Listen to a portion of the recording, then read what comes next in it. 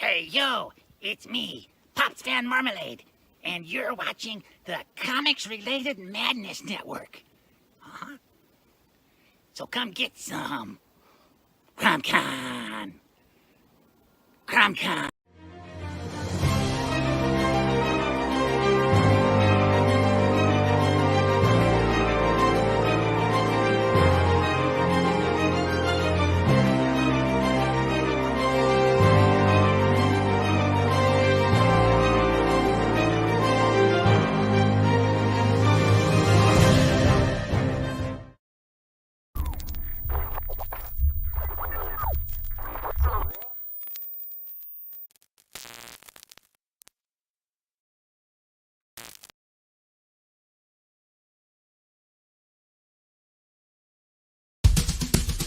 First world, come in and take a seat.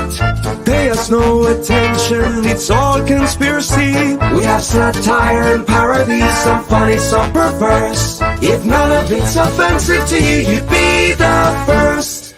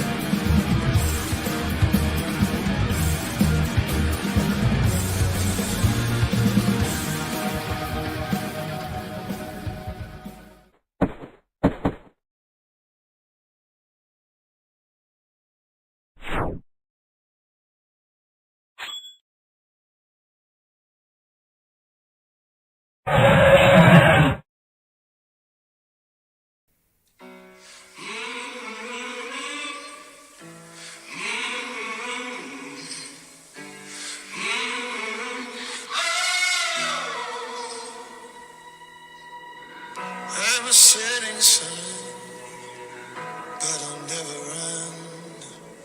I'm a dead man walking. I'm a dead man walking. I will stay and fight as long as I'm alive. I'm a dead man walking. I'm a dead man walking.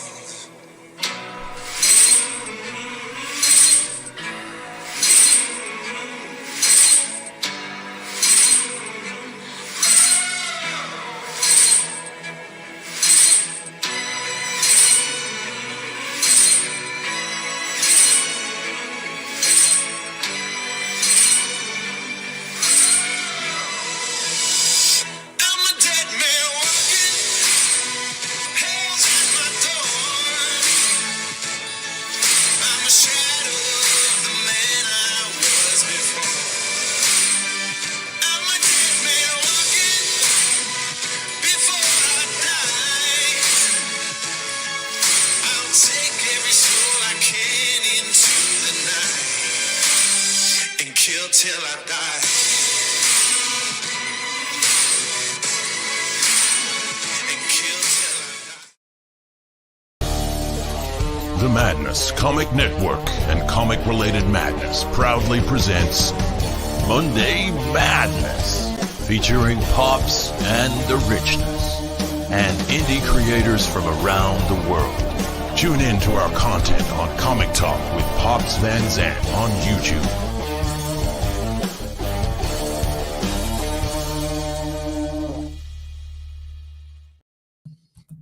Hey, yo, yo, yo, yo. I'm Pops.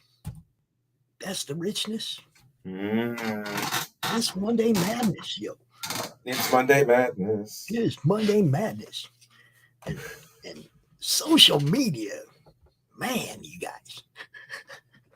Use it for the tool it is.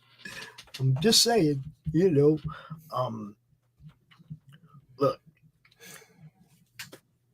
reporting other people's stuff just because you don't like who they are, who they associate with, shit like that is just fucked up. Good art is good art. You don't report good art. Oh, people report good art all the time. But I'm saying, if you appreciate art, you don't report good art. Okay? If you just got what an it issue is. with You know, the there's person nothing I or can do what about they it. put up there, send them a little private message and say, hey, yo, man, that you might want to do something, something, something. And they might say, fuck you, but at least that's better than just like going and crying to daddy. Oh my God. He put up a My emotional sensibilities have been compromised again. It's What just am I like, gonna do? Oh no! Yeah. You don't like it? Turn the damn channel. And for Oh, somebody Christ. for somebody You know? else out there, if I've given you an opportunity to come out on my show and state your position on something and you decline, stay out of my inbox. Okay. Yep. I'm going to speak what I feel, and I've given you a chance to come out and state your position, and you refuse. So don't come in my inbox and tell me to be quiet. I gave you the chance to come out and state your position. You didn't want to do that, so stay out of my inbox, yo. Yep, exactly. You Stop know? being a little crybaby. Going, oh no, I don't want to do that. You don't like what I'm saying about you or your site or whatever publicly. And after I've given you the opportunity to come out and explain to me what your position is, because from what I see, I speak what I see. Okay. This is what I see. This is what I said, blah, blah, blah. If you disagree with that or you want to counterpoint that, I gave you the opportunity. You can come on my show anytime. Speak your position. Yeah. But if that's not good enough for you, then don't worry about what I'm saying and stay out of my inbox. It's pretty simple, man. Yep. Very simple. Rich, simple. What you drawing, dude? I don't know. I'll figure it out as I go. Okay. Well, we have a guest today in the back. We do. Who is this? And he's been here before. He's been on the network before. And then he had work to do, and now he's back. I want y'all to give a madness welcome to Mr. Tim Lattie. What's going on, brother? What's going on, dude? What's going on? It's been a while. How you doing, brother? No, stop. I got my pink mug right here, man. So Uh-oh. I don't have my pink mug, so that makes me envious of your pink mug. I'm just drinking Worthy Chaos as usual, man. It's got to be Worthy Chaos. Nice. Worthy Chaos. That's a thing?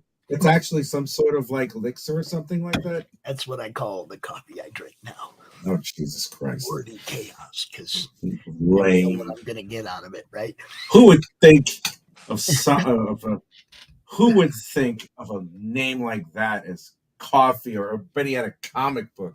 Oh, I don't know who that would be. You know, I don't know, man. Oh boy. So, Tim, go ahead and introduce yourself. Tell everybody who you are and what you do, and then we're going to get into some stuff. Yes, so my name's Tim Lattie. All right. My name's Tim Lattie. I'm a comic book artist. I work for IDW Publishing, and I draw Teenage Mutant Ninja Turtles Saturday Morning Adventures. Before that, I worked on G.I. Joe, Ghostbusters for years, WWE, Nice. all kinds of stuff, all kinds of different stuff. But Who'd you draw dude, for WWE, man?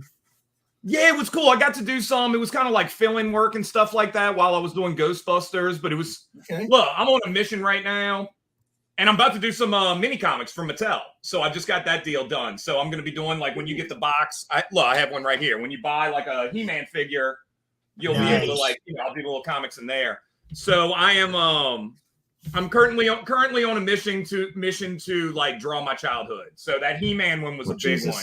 I'm excited to kind of knock. Well, dude, I mean, that's awesome, dude. Well, I mean, it's the stuff that made you. You know what I mean? So it's kind of like giving back in a weird way. It's cool. That is true, man. That's very true. How much fun is it to be able to go back and do that stuff, man? I mean, it's fun, but it's also like work too, you know? So I don't want to like pretend that it's not, but you got to find that balance. You know what I mean? Yeah, that's it is true. Fun though. It's I don't know, man. There's some like with Ninja Turtles, dude, there's a lot of like, you know, you can't draw this, you can't do that. Like there's a lot of legal stuff that you got to think about. Like you don't realize that when you're working on it. I don't know what the Mattel thing's going to be. Ghostbusters, we kind of had carte blanche. We could kind of do what we wanted a little bit more. So those are the things that are kind of interesting about it. And the things that you probably are not thinking about when you're reading the book, you know, like what all this other stuff that is involved in the process. But on the same token, now to go to the positive end of that is like, I don't know how many times I get a message from like my mom or my aunt or somebody, and like a little kid wants a Ninja Turtle comic, or, you know, your buddy's friends. Can I get a Ninja Turtle comic? But dude, but for real though, and that's kind of like, that's the part of like you're passing it on, like you're giving it back. Yeah, man, that is lovely. Dude, it's really crazy, man. That makes it like really worth it because, yeah, I don't know. You got to find that why. You got to know what your why is, right? Dude. Yeah, well, I already know my why, but I'm not going to. Okay, right, but I mean, I'm already a narcissist, so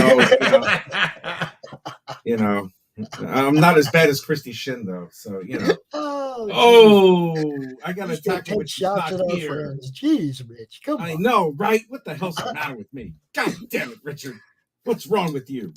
I know that promoting, and when I get to talk to somebody like you that worked on so much of that cool stuff, you know, just like I used to talk about Rich back when I first met him, because all the cool stuff. Oh God, yeah. But now I'm over him, okay? But I don't get to talk to you that much, right? So you're the new it boy now, there, Tim. You know, deal with it now. I was the it boy. Now I'm just like, you know, I'm the 12 o'clock in the afternoon stripper that shows up. You know? I'm enjoying it while I got it, man. You know, so hey, Tim, you want to host the show? No, I'm kidding. dude. You know what? Back you in the butt. I wasn't going to take you out, Rich. Wow, that's messed up, man. That's still messed up. I can't believe you said that, bro. Bro, you said that, bro. I think you guys would make a great team, but that's beside the point. Oh, you know what? Stop. You've been trying to hawk this thing on me. You do realize how busy I am. Yeah, I know. Outside of this. That's why I'm trying to find you a good co-host, bro. Well, who says I'm going to host this thing? Oh, my God. But you can check out Tim Lattie on Facebook right there. do. And if let's see. He dropped me some other links too to some stuff. Oh boy, here we go. Let me put some links in the chat for you guys. Yeah, I do a Twitch stream every every blue moon. I want to do it weekly. Man, that's what I respect what y'all are doing, man, because just doing that consistent streaming, it's tough, especially when you're busy working and stuff like that. Like, when do you find that time? So I'm trying to do it at least once a week. Well, you see, for me, I happen to live in the United Kingdom. And where do you live, sir? I'm in Louisiana, so I'm like right outside of New Orleans. All right, so you're about 6 hours behind me, actually. Okay. Because right now here it's 8 o'clock. What time is it over there? Around 2? 2 o'clock. Yeah, you nailed it. Yeah, you're about 6 hours behind me. Right. My day is already done by the time this show starts, even if it is in the afternoon in the United States. So after I take care of whatever I do, I'm a college professor over at an art school in Nottingham, England. Very cool. And yeah, I know, right? The thing is that I have classes that only run until 6 o'clock. There are no evening classes here in the United Kingdom when it comes to anything university based. So by the time I get home, the latest I'll get home is about 6 o'clock. And then, then after about a couple hours, I'm ready to do the madness. So it fits, it works. And I'm very happy it does because I've been how long have I been a co-host of this thing, man? You got over a year, Rich. You've been doing I got over a year before you shaved your head, dude. Yeah, I know, right? Don't even start. Yeah, Rich has been part of the madness for a long time. Totally appreciate everything he's done. I'm all right. There's times when he's pulled me out of the fire, But yeah, there's times I've been fire too, man. You can go check out. Also, you have a Patreon. Yes, I have a Patreon. I kind of do like a little more behind the scenes kind of stuff. Like if you want to see what the Saturday Morning Adventure #1 cover is going to look like that's on there. I do a commission club, so you can get a commission every month. Or if you're not getting that exact commission, you can check out what I'm doing. It's always like some kind of random mashup, like where it's like I did one the other day. It was like all the DuckTales characters. So it was like Scrooge, Ace Duck, Count Duckula. Remember that cartoon where he was like a vampire and stuff? Sea Duck from Tailspin. Like I was just mashing everything together just for fun. God, man. Darkwing. So just stuff you can't do normally. You know what I mean? Like so, just kind of fun. Do they give you any crap for that, or are you just doing it? Not. I think when it comes to those kind of things, is the juice worth the squeeze? Like if you're out there like selling like 1 million shirts that have Mickey Mouse on it, dude, they're coming for you. Yeah. You know what I mean? If you're somebody at a show and you're just selling a couple prints of like Ariel, that they're not going to spend money on the lawyers for that, from what I can tell. I don't quote me on it. That's not like legal advice. I'm not telling you to go do it. Follow the laws, but probably right. No, I just do it. I don't care. I'm kind of with you, dude. I'm kind of like, hey, man, like send me to C&D. Yeah, I'm trying to have fun. You know what I mean? Like I'm trying to exactly. You're drawing for a living. You're trying to have fun, man. Exactly. Well, we've been doing. We have a couple of game streams now. Okay. And I'm waiting for the day that some artist says, "Hey, man, can I draw all them characters? My rendition of all you guys' characters." That's what I'm waiting for. Good luck. You can wait. You gotta wait a long time if you ask me. That's for sure. I'm not shut up, dude. All right. Wait. What you mean, like? I mean, like somebody who actually enjoys, what we're doing and says, "Hey, I'd like to draw all them characters." I hate drawing. This is the worst thing I've ever done in my life. That's when the stuff takes off, right? As soon as you have a character design, you should definitely ask Tim. He's already have a storyline. Dude, I'm enjoying why you're moving fast too. Yeah, I'm all right. I'm okay. I'm not that good. But dude, you're in that place too right now. Didn't you just say like you're hating it now, the drawing? Well, you know what it is, man. He hates because I know where he's at. I know this process. Like there's always that middle stage where it sucks, dude. And then if you push through it, it's cool again. He hates inking.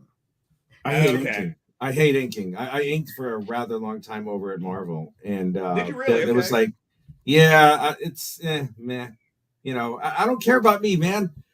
When did you start? When did you start doing all of this? What was the first time that the light in your heart exploded with comic craziness from your hands and stuff. So when was the first time that happened for you? This is why I want to do, dude. I think it's the Motu mini comics. I can't think of anything else. Put it back up there. Put it up there. So I mean, this isn't me. This is somebody else. I'm about to do one. This is just from a toy I bought. Tim Lattie, the teeny comic guy. I like it. I might be next. But I'm always kind of like, why was I always into this my whole life? Like, and that has to be the genesis. It has to be those He-Man comics. I can't imagine that I'm seeing anything else that young.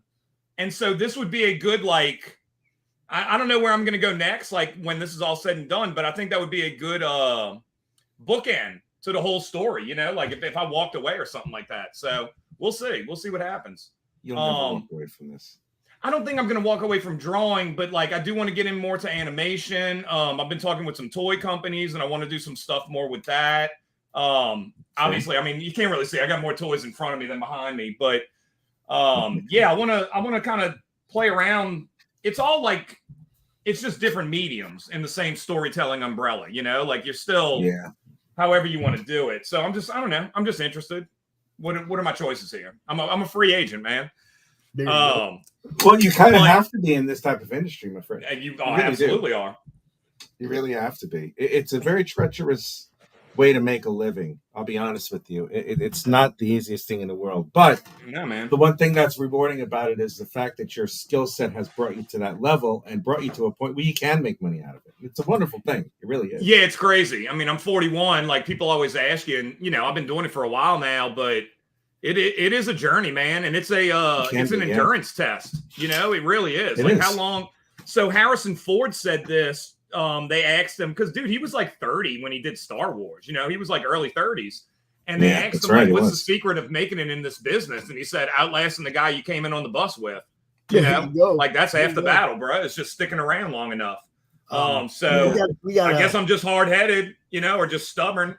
You know, there's nothing wrong with that, my friend. Nothing wrong with that. Right. However you want to swing it, you know, however you want to portray we got it. my CromCon co-host in the backstage. He wants to come out and talk, say hi to Tim. You guys know him. What's up? Freaking Blalock, baby. The doctor is in, baby. Oh my God, he's back. It's the ghost of George Perez. That's who it really is. Right, yeah, really, dude. I thought he was back, man. Welcome back. What is the ghost of George Perez? An old bastard. That's you. Is the juice worth the squeeze? Dude, really. That's line. That's a great line. I have heard all week. And we did that in the first like 15 minutes, man. So yeah, right? I'm incorporating that into my vernacular, sir. Thank you. Thank you. But it's true, though. You know, like it really is. Think thanks, about it. Tim. It's a good thing to live by. You know. Yes. Thanks, though, Tim. Now he has another cliche that he's going to beat to death. Thanks, pal. Now, Tim, I'll never credit you for that. Just so you know. Oh, that's fine. What did I made tell it you? up, you know? I'm not writing these things down all day. Oh my God, Tim! You see what the hell you did? You created a freaking monster. Thanks for nothing there, pal. Be a good name of a show too, you know, if you want to do a podcast or something. Yeah, I know. Maybe Doc could take over the show instead of you asking me all the time, there, pops. Oh, Rich, man, Rich. What? Rich. What? I don't know if I could leave you two alone together. Tell you the truth. And we try just a little bit harder. Doc and I would probably be the funniest show that you will ever have in your entire broadcast experience, Bob. We have a hoot. We have a hoot. We have a hoot and a half, and there is never a dull freaking moment between the two of us, and it's just out of the park. Sometimes it's just so damn potent. It's just too damn funny. It really is. We love you, Carol. We acknowledge your existence. Oh, she's here? Yes. I didn't notice. Demanding attention. I didn't notice. Rich, she's demanding attention. Well, what is Tim, Karen I want to wow these guys a little bit. Do you got anything handy you can show us that you've done? Yeah. Show us some stuff, man. Oh, wait, we're talking about me now? Yes, I'm talking about you and waiting for you. I know. Can y'all wait 1 second? Yes. Let me run over here real quick. All right, time's up. Get the hell out of here. I know. Oh, there's Carol. I see you now. Shut up, Rich. Shut up, Rich. I'm trying to see, like, okay, well, these are pretty cool. These will be for the actually, let's do this, man. Let's jump. So we just did the Saturday Morning Adventures 4-issue miniseries, and we're about to come back in with the Saturday Morning Adventures continued for Teenage Mutant Ninja Turtles. So nobody's really seen this yet, unless you're in the Patreon, but this is going to be the cover of issue number 1. Woo! So we have a lot Look at that going on here. And even like, let's see if we can get my finger in there. There's a little nod to my boy Steve Levine, who did the cover art for the video game, the arcade game, the Nintendo version. So all their skateboards kind of had that artwork on it and stuff like that. So it's there's so funny that. how you call it cover art. Beautiful. Why? What you supposed to call it? Well, in the here's the Madness I used to call it the exclusive. cover That's art. what I used to call it cover art as well. But when you're over here in the UK, they call it key art. It's weird. Really? Well, dude, they're changing some the weird names. stuff, I man. don't know what's going on. See how delicately I handle all that stuff. But yeah, dude, like they're changing the way they now you're called like a line artist. I always called it like a penciler or an inker. Like they're kind of they're making new terms. I don't like it. I guess because I'm old school, you know. Like that's just what when I'm reading Wizard back in the day. That you're a penciler, bro. You know? Exactly. You're a writer. You're not like these weird. I don't know why. I don't know. It's weird. But well, it's well, what it really just is, Tim. It's just a little bit of a streamlining of whatever the duties are supposed to be for a particular artist, especially now that a lot of artists become somewhat digitized. Even if you do traditional pencil work, you're still. I mean, the overwhelming majority of artists nowadays, they utilize some sort of digital apparatus, a digital tool, like a Wacom tablet or one of those XP pen tablet monitors. I do as well. Yeah. Yeah, so that's a good point. Maybe that's why they're getting rid of the term penciler, because you might be exactly because you're not using pencil art anymore. Not really. I mean, what I'm doing right now is more. I mean, you can still pencil comic book pages, of course, and then digitally ink them for your own nostalgic purposes.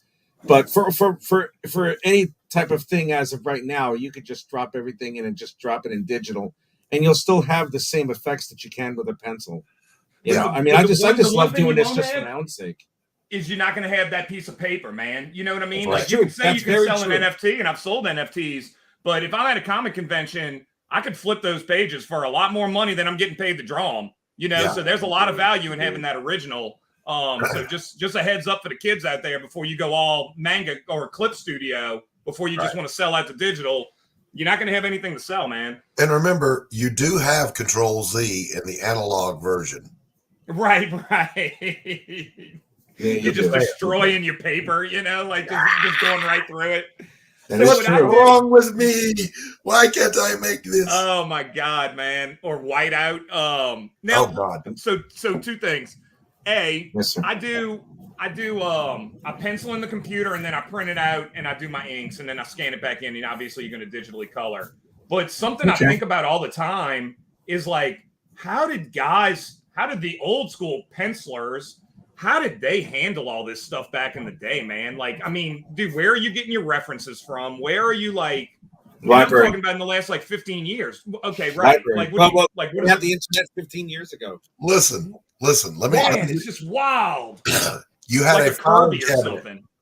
You had a 6-drawer filing cabinet filled with magazine excerpts, clips, anything you came across. You learned back in the day. Everywhere you went in public, if you saw something in a newspaper, in a get it. Because you might want that image later. Yeah. You may want that image later. I can sit here on my tablet and I can just Google whatever I want, you know, and just have it at my fingertips. And I do remember printing out stuff back in the day and everything like that. But man, it really makes you appreciate what those guys had to go through. And y'all are going to know how long a comic book page is going to take and how much is it. You spend more time, and I don't think people may even, again, I'm speaking to like younger people or whatever, but like how much time is just spent like building up references and getting everything ready? Like I know how to draw a figure. Right, man. I'm trying to get my camera back in focus. Look, just the amount of money that people, you know, like old school pages are worth now. Yeah. Look, if your book takes off, that's your future. Draw some art. You know, I'm sitting trust on me. issue 1. You know? Issue 1 blew up for Ninja Turtles, and people were coming at me like crazy for a couple specific pages. I'm just sitting on it, man. I'm gonna see how it it's goes. Ninja Turtles, dude. You know, Ninja Turtles sells. Like, it sells better than Ghostbusters. It's wild. No, I'm not surprised. It's crazy that you get to do work for IDW and for Ninja Turtles, and that I'm. Yeah, man. I That's know like a dream somebody come true for because a look, lot of people. I can Yeah, I remember. know. It's pretty wild. And I'm grateful. I am. Geez, my son was like 2 or 3 years old. I had a picture of him sitting on my girlfriend's lap with the turtle comic. You know? I mean, he was just little. Okay, so I'm looking at that and I'm like, man, those pages got to be worth so much freaking money now. They would be, yeah. You know, that is digital's cool for you know, speed and not having to worry about, okay, you can hit the undo button. I get all that. But like he said, at the end of the day, man, that's money. Dude, you're throwing it. Look, the page rate isn't that great. So just a heads up, everybody. That's where your money's at, is in those pages. You know, the page rate isn't. It's not all that survivable. No, we're not talking about. You got to do other little things. We're talking about original art sales down the road. But that also depends on the impact of the page that it has in the story itself. You know, if you have your average, go ahead, Tim. My apologies. No. I've been talking a ton, man. Go ahead. Well, if you have a page where it's like two people talking over a really nice dinner, it's going to be like maybe like 30. You know, but then it's like if all of a sudden the big Gila monster all of a sudden shoots up from the mouth of the person eating a dinner, you know, that's kind of messed up. So it's like, whoa, that's a big impact page. Holy crap. It's like the page I got from your book, Rich. The page I got out of Incantessi. You know? Which one did you get? The one where she just getting ready to blow up and then just boom, he dies or whatever. Yeah, that's right. That's awesome. I love that page. Look, I'll show y'all one. So this is a page from issue 1. And I mean, dude, so many people hit me up on like Instagram trying to buy it. And so let's see. But dude, it's got everybody in this page, dude. It's Shredder. It's everybody. Right. And people are coming at me, and it's just like, man, you're not gonna see that page again. Like, you're not gonna see a page with that cast of characters. Like you said, it's not like April and Splinter. I'm doing a page like that right now where they're like drinking tea. Dude, it's cool. April O'Neil's going to sell. You know what I mean? Like, people like April. But a page with every villain. Dude, you got Rat King. You got Ground Shock. Like, right. Like, dude, you may never see that again. So that's why that was a blessing, man. Like, Eric Burnham blessed me with that book. Seriously. So I'm just sitting on those. Thank you. Thank the writer. He's the one that came up with it. Thank the writer. Thank the writer. But then here's another cool thing is that now, like, you have other, like, dude, I'm going to Walmart and stuff, and I'm just grabbing the toys. I can go draw on the toys. You know what I mean? Like, now that's something in my repertoire. You know, like that I can add to the mix. So if you're doing remarks, you're doing remarks on the toy packages? Yeah. Oh, dude, that's bad. You got one, dude. I told you I got a package for you coming your way, man. So, dude, because I owe you for the I really appreciate that. I appreciate everything you did when I was doing that Indiegogo. So now I got something for you. Absolutely. But how'd you do on that Indiegogo, by the way, Tim? Wait, say what? How did you do on that Indiegogo? I did not do good, but I almost made it. I did. Well, look, we had a very lofty goal. We were really going for it, and I think that was it. It kind of just hurt. We were going for a really high number, but things happen for a reason. You don't know why they happen, man. Right? That's true. That's true. Right? Because I had the same issue. Our numbers weren't right. You know, and that's why we failed. You know, our numbers weren't right. I'm only funding for $20. Right. Doc's like, you'll be able to do that in like 20 days, man. Doc, I'm fully confident that you should be able to do that within about at least 2 weeks. Yes. 2 weeks is what I think. I'm so mean. Now look, Doc's book has already been shadow banned, and he ain't even launched it yet. Yeah, man. So that means he's doing something right. Yeah, I was thinking the same thing. That's good. Yeah, if you piss off all the right people, you're doing something right. It's like, oh no, I'm so offended. But to that other point, man, like if that Indiegogo if that goes through, maybe I'm doing something else right now and it doesn't lead me to Ninja Turtles. You know, so you never know how things happen in life, man. You might think it's the worst thing in the world. It might end up being awesome. Exactly. I know. I talk about falling uphill. Right. Fall forward. Yeah. I did not let our campaign not funding affect what I was doing whatsoever. Actually, that book took away from what I do, which is this. Yeah. Okay. This is what I do. I don't do. We learned that promoter pops is not the same creature as creator pops. Yeah. There was creator no creator pops. Not fun to be around. There was no creator pops. There was run a campaign I didn't know anything about and didn't want to run pops. Right. Yeah. This is what I do, you guys. You know that. I'm just saying. Whole different creature. Wow. 2 o'clock in the morning DMs.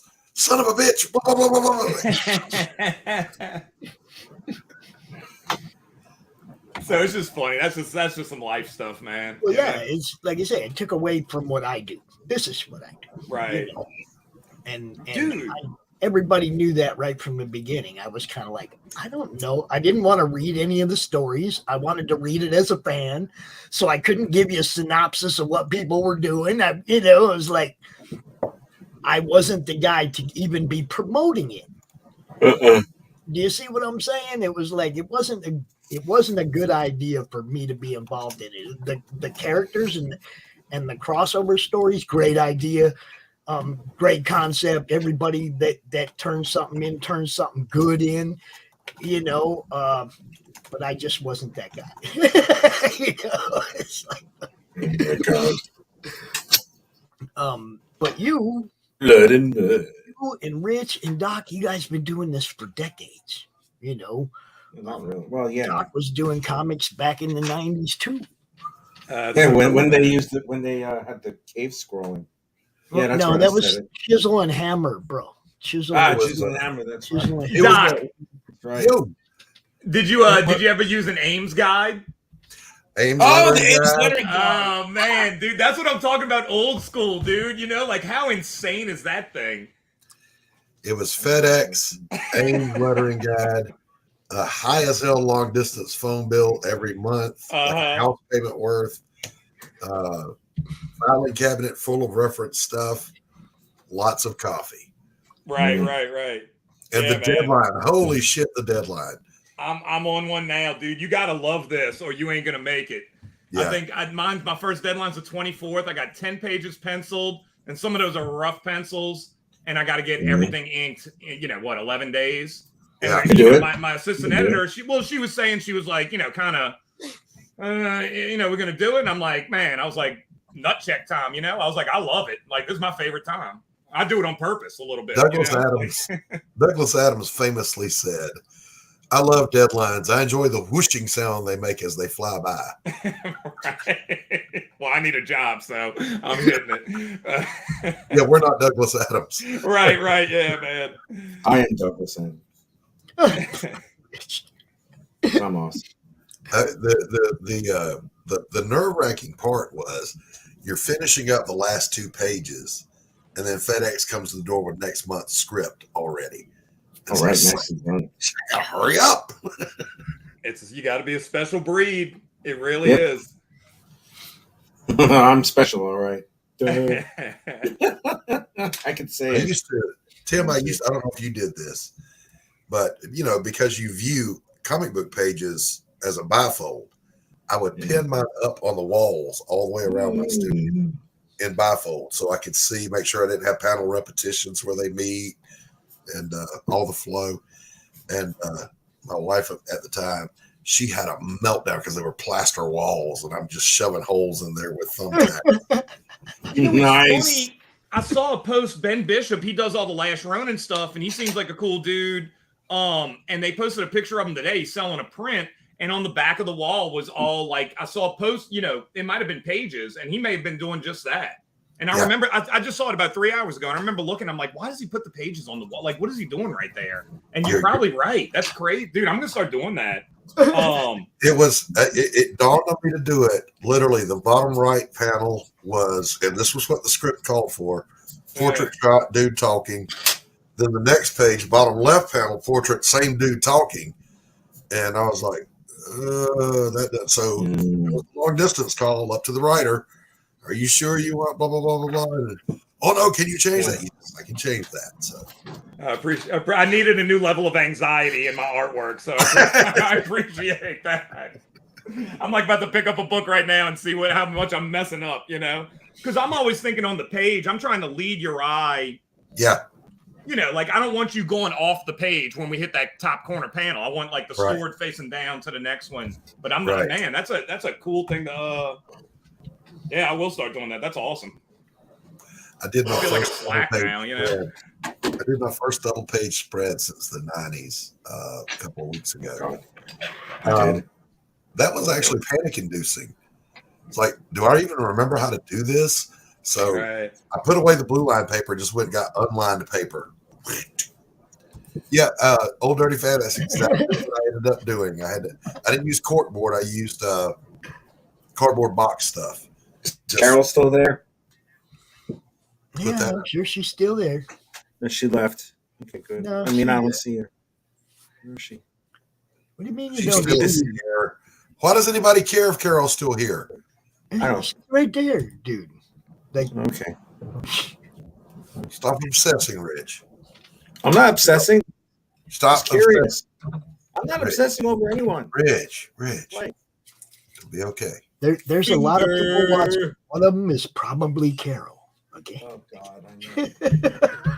So, Doc, do you do any digital now, or are you playing with it? I intend to give it a go after the fulfillment on this campaign. There's just so much about it that is appealing to be able to really blow up an image, to do a nice person in the background instead of that T90 little poke and hope that you got to do. One ink line goes wrong and you're screwed. Right. But the counterpoint to that would be like, if I'm inking digitally, I got to make a cutoff point, because at some point you're not going to see what I'm drawing this detailed anyway. Like when it's, so there's got to be like a stopping. So I just do, like I said earlier, I just do the pencils in the computer and then I print it out again. So I have the page, but I'm just curious. Because Steve Levine, he was is a good buddy of mine. He was the first Mirage employee. He actually went to high school with Kevin Eastman, and they grew up together. And we were talking about that recently. And I was just like, because he does all the Doc Martin paintings. And I'm like, dude, you would kill it. If you can get over that digital hump, like you'll be dangerous. But, you know, it's tricky. Now, I did do an end run around that. I literally reconnected with my inker from the 90s just a couple of weeks ago. Okay. And I said, you ever give any thought to getting back in it? And he replied, I never got out of it. So I was like, yeah. So the last 12 pages, I just emailed to him. Do that thing you do, bro, because I am not an inker. Really? Okay. I was making it up as I go. This guy's a rock star. He worked in the Marvel bullpen. He knows his stuff. So now I don't have to sweat it. I can pencil 2.5 pages a day. But if I'm inking it, it's going to be 1 page every day and a half. Right. So that's. So how tight are your pencils going to be though? Like when you give them over to him? You know, back in the day, I could be as loose as I wanted to be, and with this guy. Yeah, and he could tighten up. But doing what I'm doing now, the way I have been doing it, ultra tight, and then ultra tight inks. Now I sent him tight pencils for this first batch. When we get that groove back, I can loosen up a little bit. Right. Yeah, that's something I never experienced. Like I'm only doing it for myself. So there's some places I make cut corners, but then there might be details where it's just going to be beneficial for me to not have have a reference, you know, kind of doing this the whole time. Right. But I was always curious about that kind of stuff, you know, like imagine like a Juergens and Breeding or something. They probably share the same brain at that point, you know? Exactly. In the I was going to 90s, say to something me, it there. was Tom Palmer and Steve Epting on the Avengers. Agreed. I remember that one. That one was Yeah, rather just insane. amazing synergy between those two guys. Yep. So, Or like who was inking Grummett? Grummett's one of my favorite artists, man. Tom Grummett. Was Oh, it Carl Kessel? God. Yeah. I know Kessel was the writer, but who was Tom Grummett's inker? I don't remember Good off question. the top of my head. That's a I'm very looking good it up question. now, dude. He looks nuts, too. He That's looks what like a wild Google's guy. for. Yeah. I'm doing it now, dude. He's like he's like my favorite artist, man. He's the best. Hazelwood. Maybe it was Hazelwood. Doug Hazelwood, probably. Doug Hazelwood. It looks like it. I remember. But like, yeah, man, those were probably you had those teams back in the day in the '90s where they're doing so many books together. Yeah. It's just like being on a sports team. If you're a good basket, maybe you point guard and you shooting guard, you just Stockton Malone, you clicking all day. Yeah. Well, a lot of artists, a lot of editors up at Marvel. I was on staff for about a year and a half in the mid '90s, and what a lot of editors did was they would keep the teams that a penciler they would keep the inker that a penciler would want, because it beats having to continuously find another inker to take care of anything. Right. So it would just make comment. It just made a lot of sense, and it's like it's a good decision. It made an editor's team editor's life a hell of a lot easier when you had something like that, and it also established continuous and consistent fandom with each issue that was coming out. I mean, who inked Steve Epting again? Who was the guy who inked Epting again? Tom Palmer. Tom Palmer. I mean, you can expect it's like, okay, next issue with Epting and Palmer, and it would be a shock if there was a team of penciler inker that showed up entirely different. It's like, oh no, bring them back, and then they came back. So it's like you have stuff like that, and you build a fan base with not just the penciler, but also with the inker as well. Who the inker, I'll be honest with you, deserves a lot of the praise, because the majority of the time the inker is saving the penciler's ass from late deadlines and shit. So it's like one of those things. But Your ink can make or break you. Period. Exactly. Right. Oh God. There's a guy. Who was it? They used to say he would kill Kirby's artwork. There's a book about it. Vince I forget Coletta, he should die. Was it Stiletta? Yeah. But then when you have like somebody like Stiletta. Mike Royer would just, or Joe Sinois would just make Kirby just as beautiful as it should be, and you could see it. Yeah, he was just doing a job. He was just knocking it out. That's crazy, man. That is disgusting. But there's a book about it. I almost got it. But no, it's funny. So for 15 years, they had Eric Burnham, Dan Schoening, and Louis Delgado were doing Ghostbusters. And through that process over the last 5-6 years, I was able to kind of come in there and I was like the bench player, right? I would come in and do the covers, doing fill-in issues and stuff like that. Okay. And everybody just kind of works together on the same. I think we're all just 80s, 90s kids, even though Dan is in Canada, Eric's in Michigan, I'm in Louisiana, and Louis is in Mexico. We're all over North America, but everybody has that same mindset about, they feel passionately about this kind of stuff. And that's what's going to be going on with the new Saturday Morning Adventures, is you're going to have that Ghostbuster team where Dan and I are going to be splitting up issues. Eric's going to be killing it with the writing, and then Louis is coloring all of it. When you have people that work well together, like you were saying, Rich, dude, let them go, man. I was telling the editor that the other day. I was like, man, I hope you know what you got here.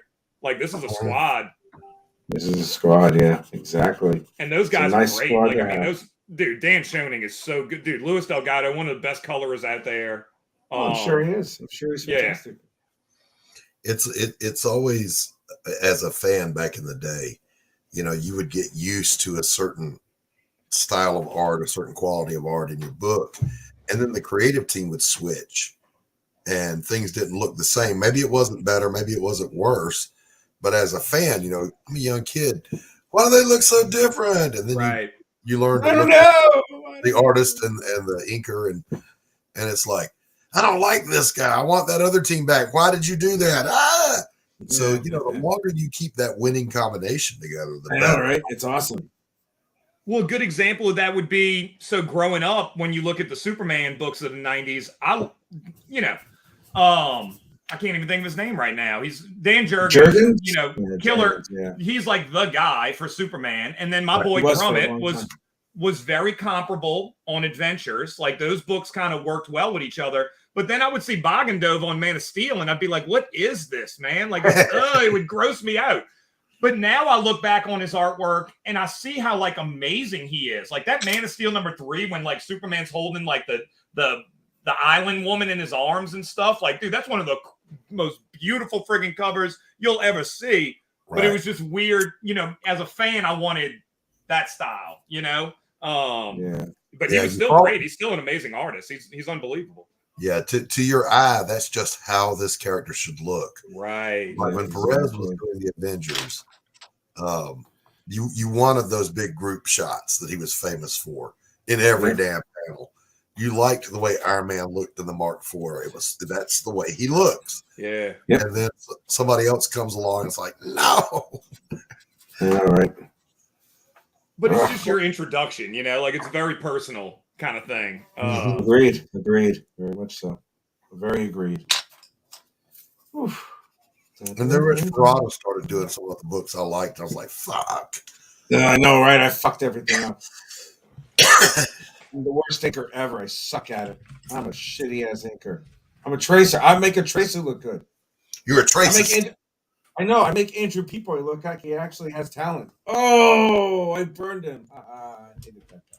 Sorry. That's Dude, tracer. You gotta love that artist, man. You just gotta give it a couple days, man. It looks cool. It's just one of those things. That's all right. I'm just playing. Give it some air. I'm trying not to. If I do, I'm gonna fart all over. Let's see. What do you think, man? There, a few minutes. Who rules? I do. Actually, no, I don't. I don't want to say that I rule because it's so narcissistic of me. Ta-da! You know what, though? You got to be a little narcissistic to do this job. Oh, I'm absolutely a narcissist. Trust me. Just a little. And I don't even really like using that word, but you got to be just a little bit full of yourself. Oh, because what you're saying when you're an independent creator and you're crowdfunding, you're saying, I'm so good, I deserve your money. That's right. And you know, think about the opposite. What am I going to do? Come out and go, I really suck at this, so give me your money. No. I want to be humble about it. I don't want to be making. I don't want to hurt anybody's feelings. Right. That's where that balance comes back in, though. I would hope. I don't want. Yeah, I don't like the narcissist word either. I don't think I'm a narcissist, but like you got to be confident. You're definitely not. You got to be confident. You know. Exactly. I mean, I might be. My ex-girlfriend thinks I am. You know, like so. You. Exes there's can't be some wrong. people out there that feel that way. The exes can never be wrong. Of course not. No, they're always right. It's like, oh, he was a bastard. I never liked my all-time favorite in any argument. You always think you're right. Well, you must too, because we're disagreeing right now. We're arguing. Well, you think you're right too. Well, I say I am usually. I'm just like, I'm right. That's it. Sweetie pie, no, go make daddy. Did you leave me because you think I'm a know-it-all? Yes, I knew it. That's how you do it.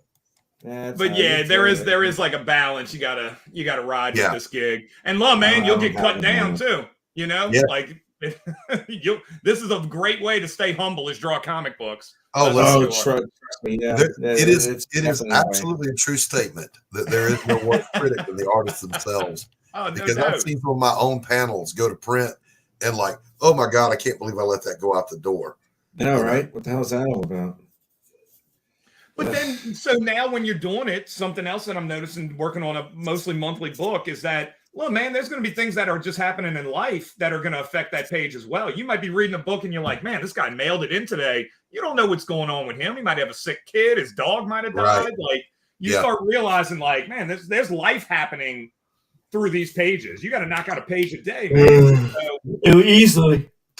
Exactly right. Exactly. Yeah. You know, you don't know. Tornadoes can hit your house. You just don't know. Dude, I live in Louisiana. We got hurricanes all the time, you know? Like, yeah, dude. It's like for real. Yeah. Look at Doc's house got hit by a tornado a couple weeks ago, man. And I kept working. It happens, yo. I kept working by candlelight. Ken Mitch Rooney, who's an old Ninja Mirage artist, he posted on Instagram the other day, like, if you're not working through the holidays, you're really not in the industry. You know, That's true. Very true. So true, dude. It's grueling, man. It's grueling. You gotta love it. And we develop a guilty conscience about downtime. It's like every other job in the world. A weekend, you clock out. As an independent creator, if you have any downtime, you feel like you're wasting time. I can be working right now. I can be working right now. Yin yang, man. It's balance. You know, like it really is tricky. I had to go out last night. I don't care about football or nothing. I just had to get out the house. I had to like see people and just interact, you know. But by doing that, now I come back today and I'm more refreshed and I'm ready to draw and I'm more focused. Where if I had stayed in and just I'm gonna suck, you know. You have to make yourself take the downtime, whether you feel like you need it or not. And you know, I teach art and I teach my students, step away from it for a minute. At least, you know, when you're doing a painting, step back, just put your brush down, step away from it, and let it bother you for a second, and then turn your back on it and forget it. When you come back in, you're going to be refreshed. As a penciler, take a day. You know, you need, when you come back, that you're going to have a better energy. Oh, shut up, Carol. You lose objectivity when you're staring at it for so long and stuff like that. Like even that cover, I had to walk away for like a week, and I came back and I'm like, all right, man, like it's all right, you know, like it's good. It really is a mind game. It's fun. It's fascinating, you know, the psychology of it. Somebody should do a book on that.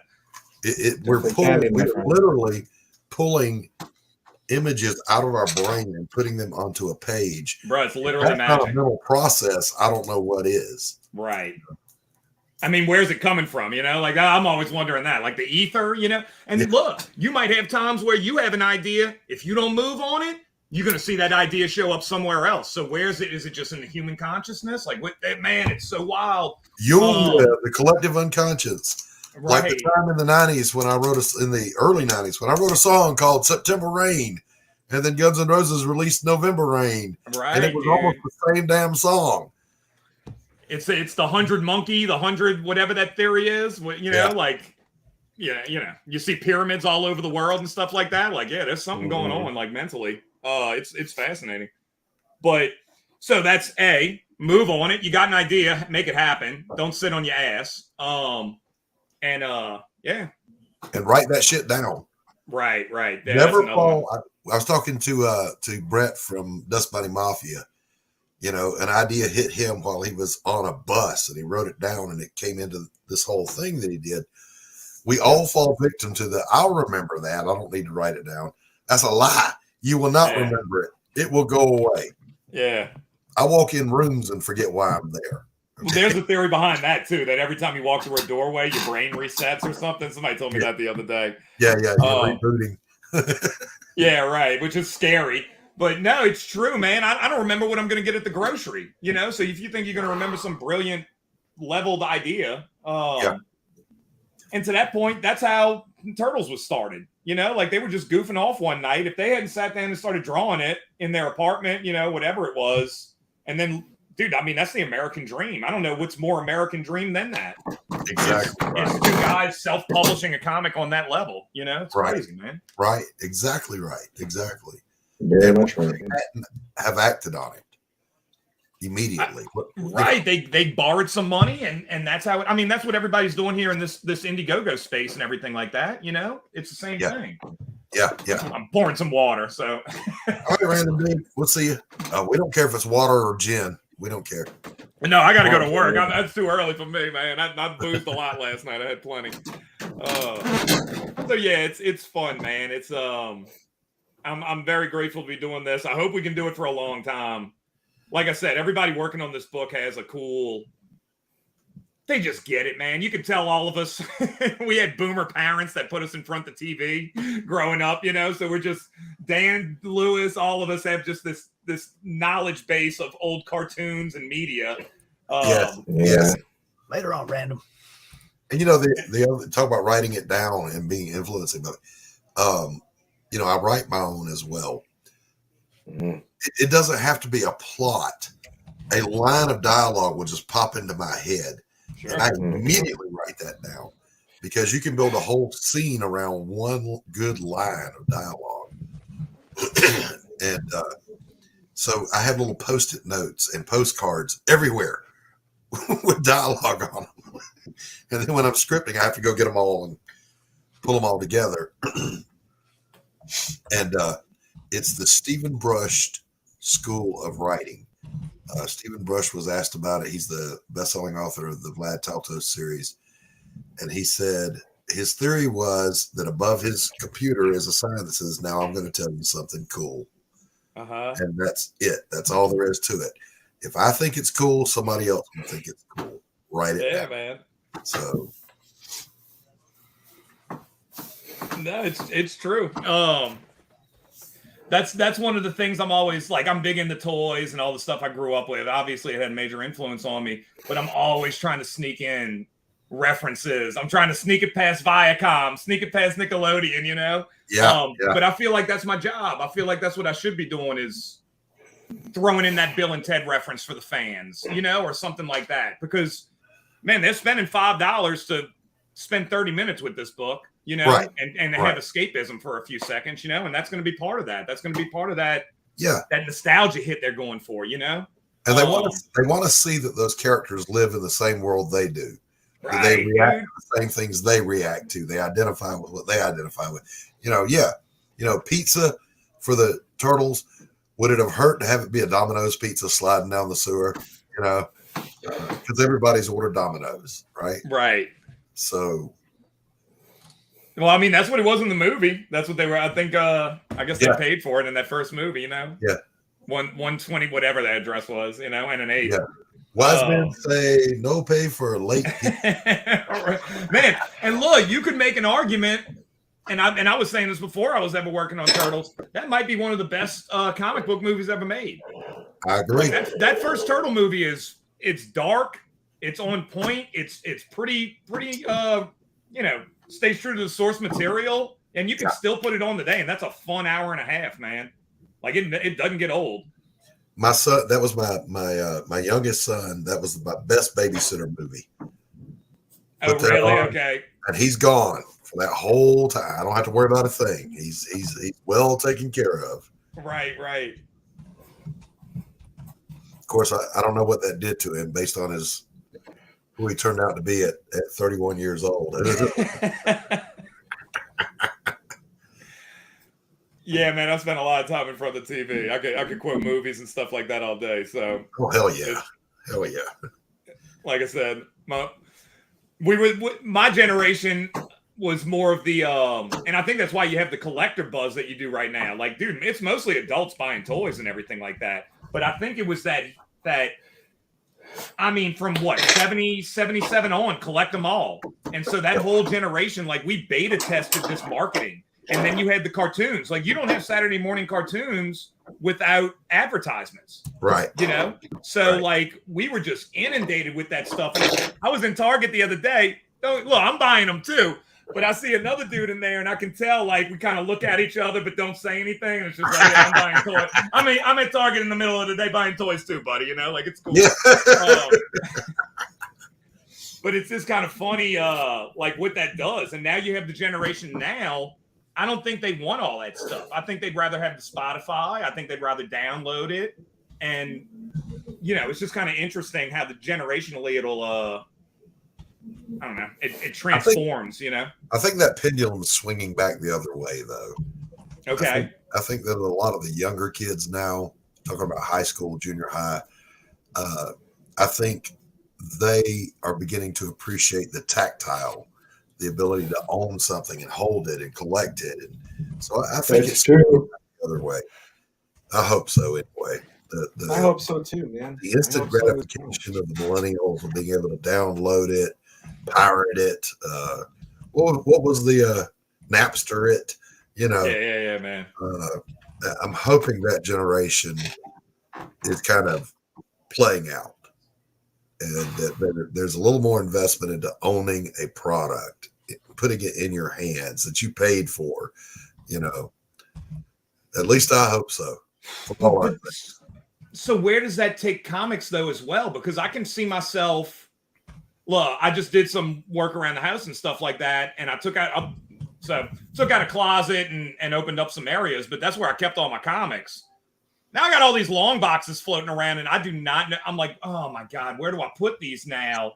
And there is something about digital comics I really enjoy, just like space saving. I don't want to put them in the attic. I'm going to destroy them, Like I'm totally lost on what I'm going to do here. So there's something to that too. Or DVDs. How many people have like just DVDs everywhere from back in the day? Right. Same here. I don't have any anymore. I'm done. I got rid of them. Okay. Well, that's to the point though. And what do you're streaming now? I had so many. I sold so many of those things, man. It was like right. In all honesty, my DVD collection has become just furniture. Bookshelf full, but I'm not pulling off of that and watching them. If I can't find it on YouTube or streaming, I ain't gonna go to all that trouble. So is it just news? Go ahead. Yes, Carol, I did see Dillard's Turtle. Oh, what is what Carol say again? She wants to know if we all saw John Dillard's Turtle. I did not. Tell her no, because I wasn't interested in the turtle. She can hear you, Rich. Who, her? Okay, I'm sorry. I love you, Carol. You're the best friend I've ever had. John Dillard is one of the best. He was on the stream when he started drawing it, guys. He was on our channel when he was drawing it. Yeah. Okay? He posted the finished product so everybody could see it. It's good. It's good. Old Dirty Fatty says, if you get rid of your DVDs, send them to him. I'm hanging on to mine. Look, this was the thing. I had a huge VHS library. He started a whole new collection. I went through it, and the wife who didn't even like the movies took the movies. So I started rebuilding with DVDs, and I'm like, I'm going to get them all back plus more. And I was obsessed. And I did. I built a huge library, and now I don't even use it anymore. So I'm not letting it go. Right. Not letting a whole new CD collection. I have two.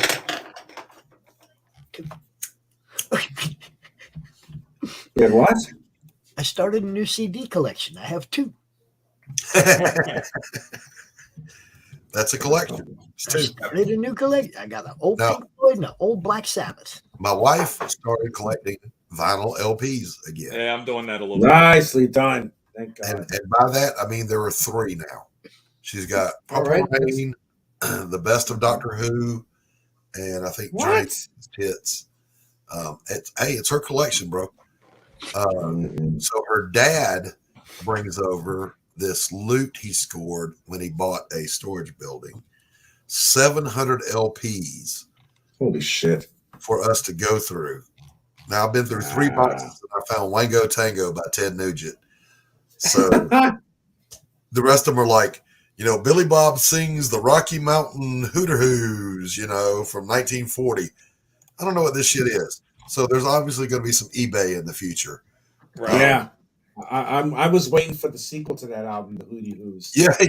Man, I couldn't wait for that shit. Man, I was rocking for that, man. I was jonesing for that. I was outside of Radio Shack all night. Turtles. Best Turtles. Yes. Turtles. Turtles records and tapes. Human Hunters.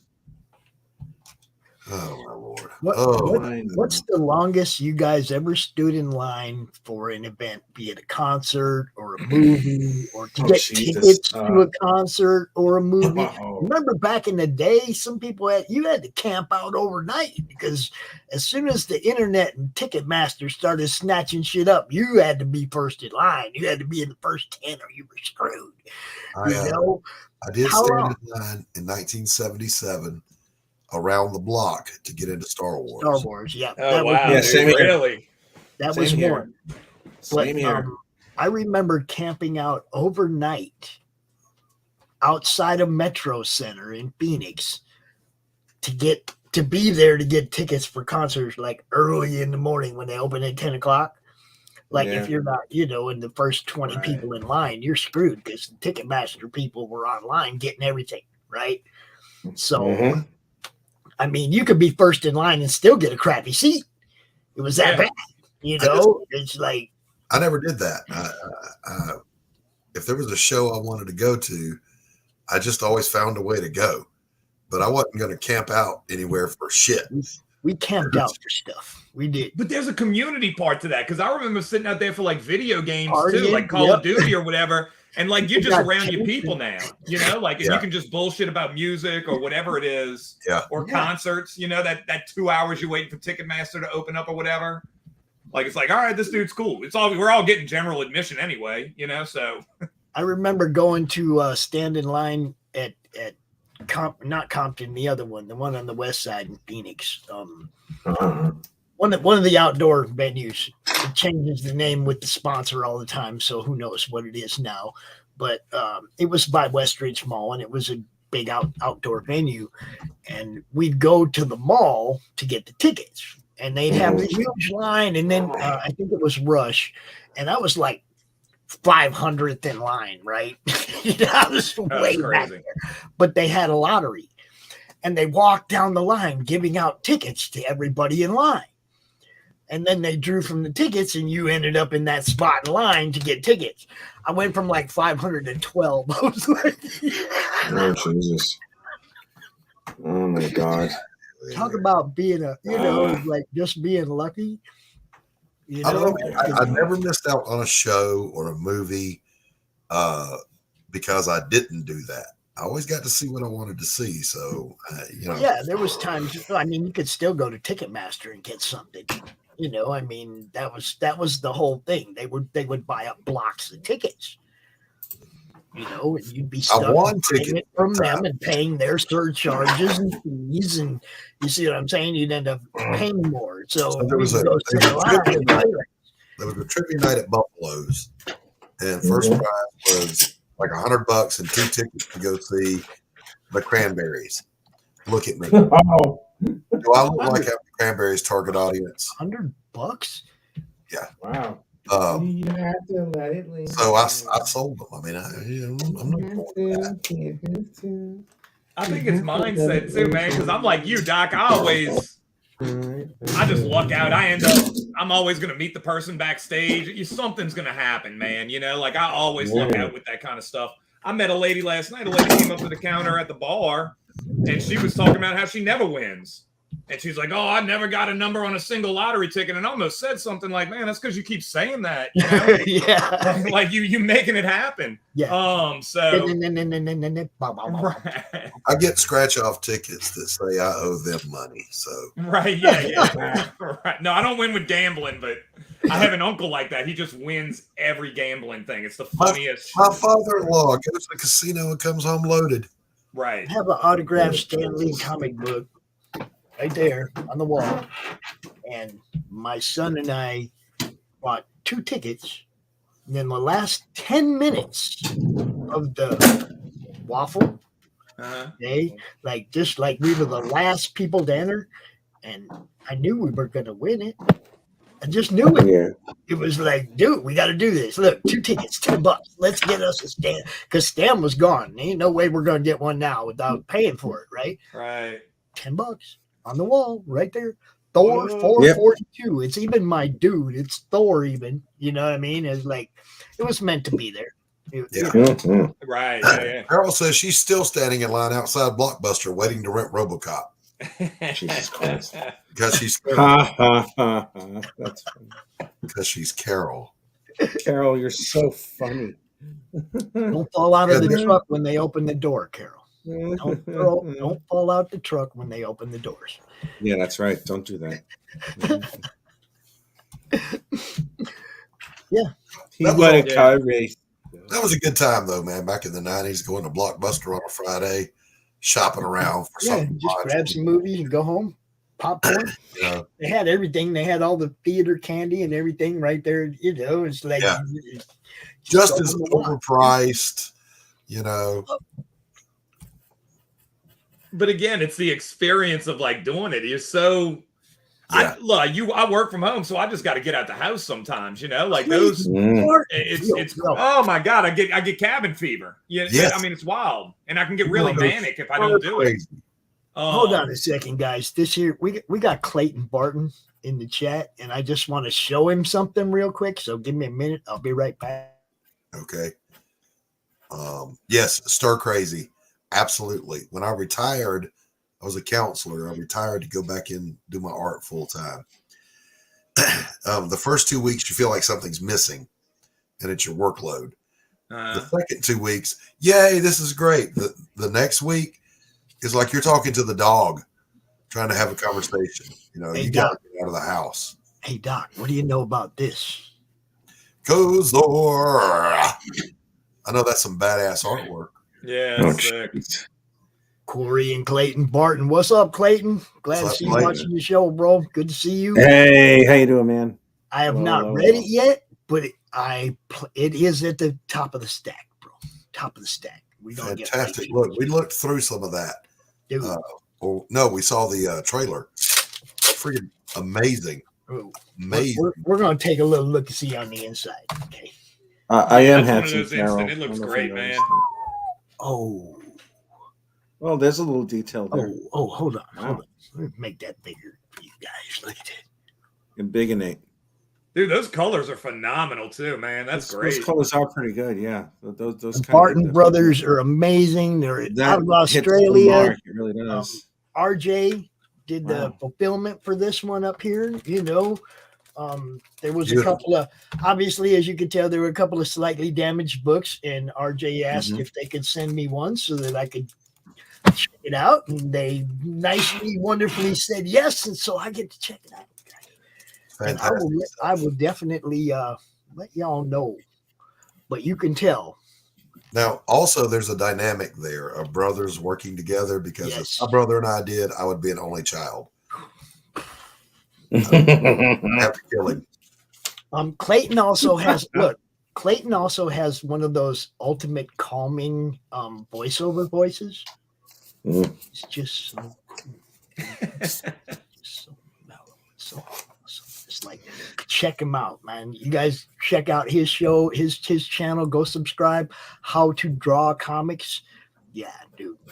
He has some great clips, some great segments on his channel to help people. He's awesome, man. Hail Quentin White, the Q Continuum.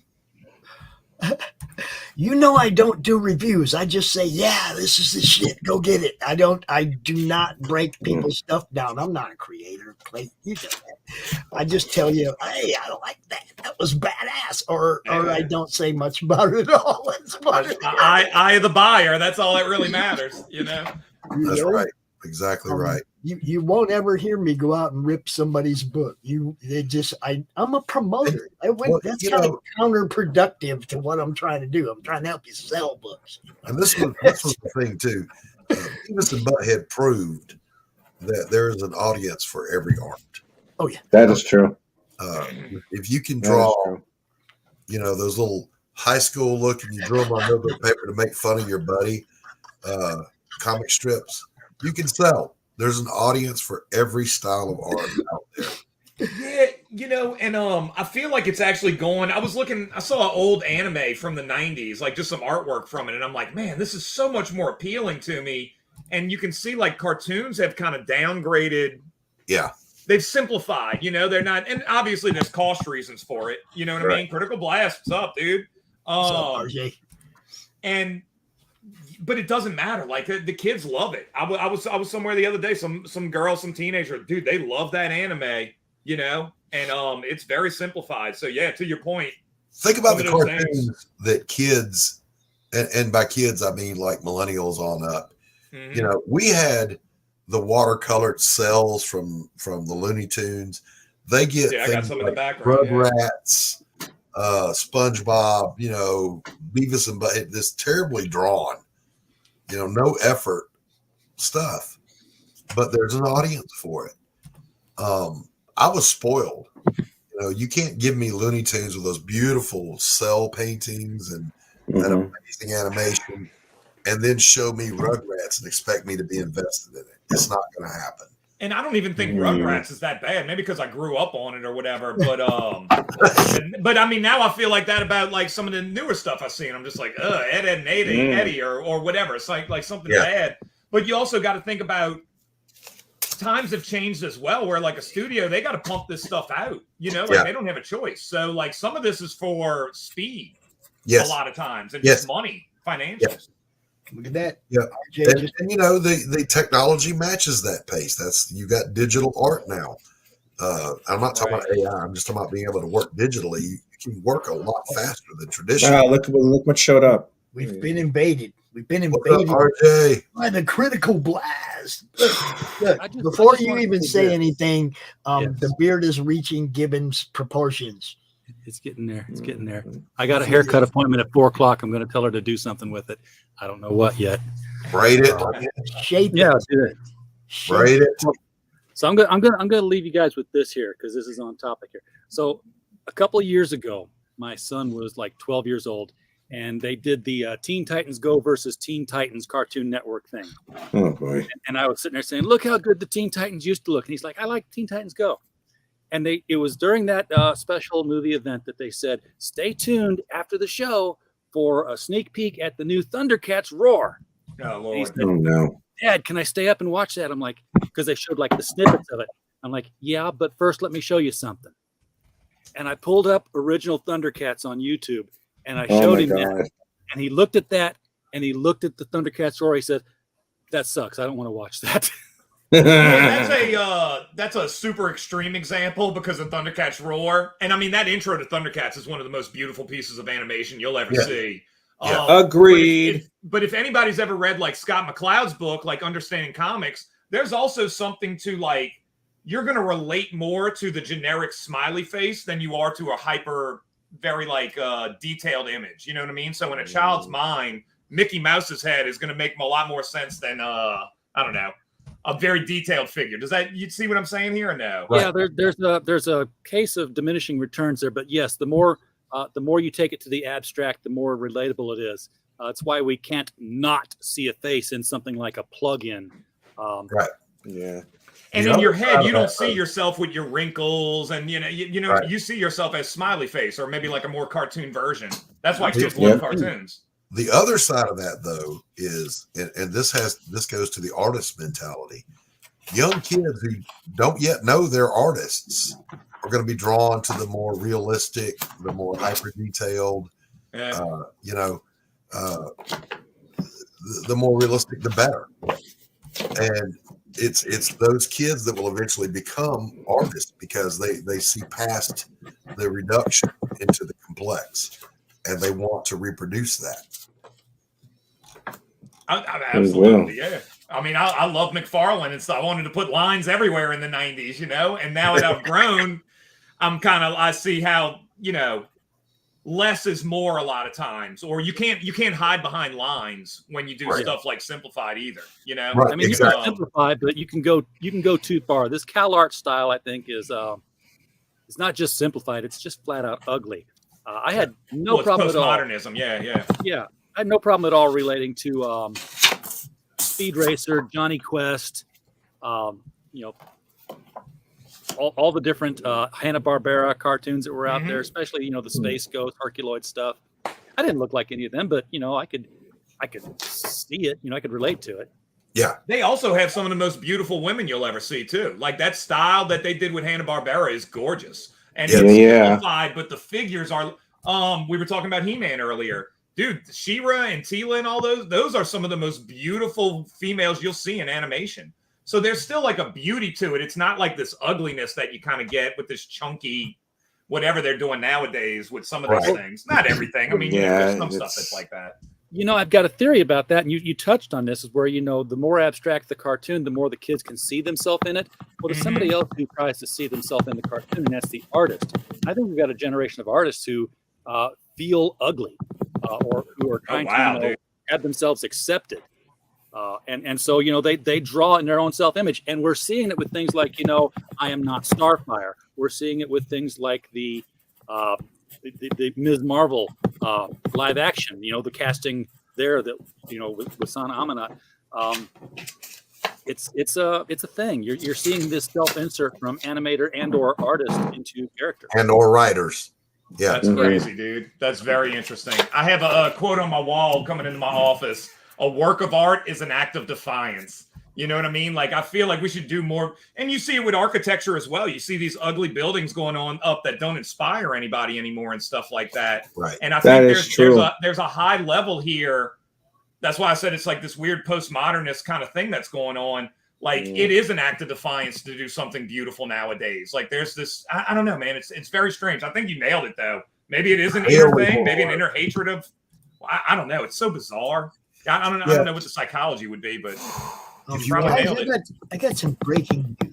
If you've got self-loathing going on, don't put it in your art. Because it's gonna come out. Like whatever's in you is coming out in your art. Like, you can't hide Tom it. King story. I have breaking news. What's breaking news? Breaking news. Bob says breaking news. Part of it is Rich, quit bouncing your microphone off your chest.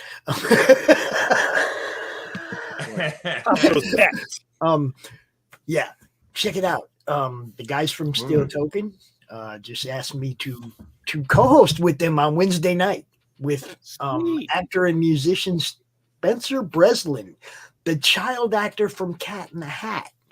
So, oh my God, that guy? Yeah, so check out the Steel Token show Wednesday night, 7:00 right here.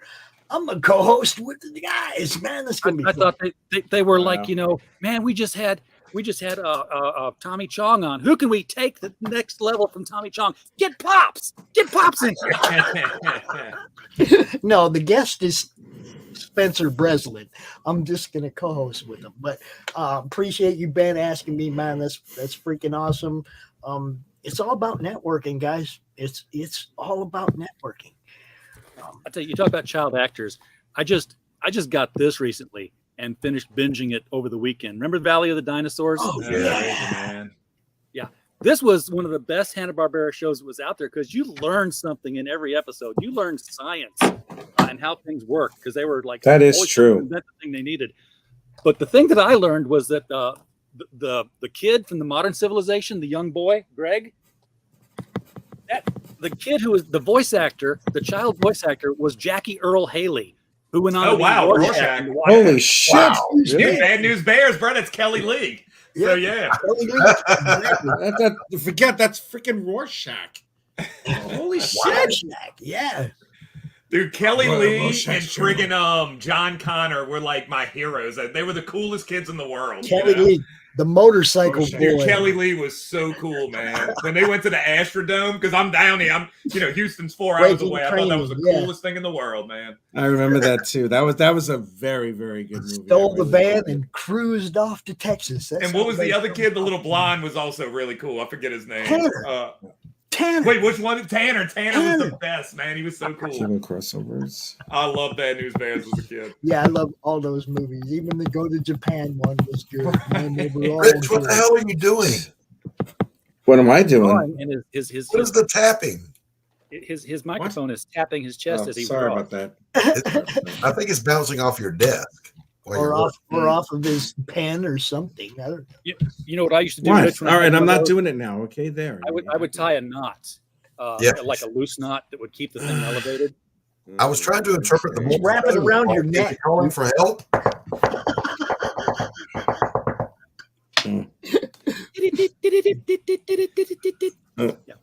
Great. Now can you hear? Yeah, we're good. Yeah. Much better. He's quiet now. Much better. There's an improvement.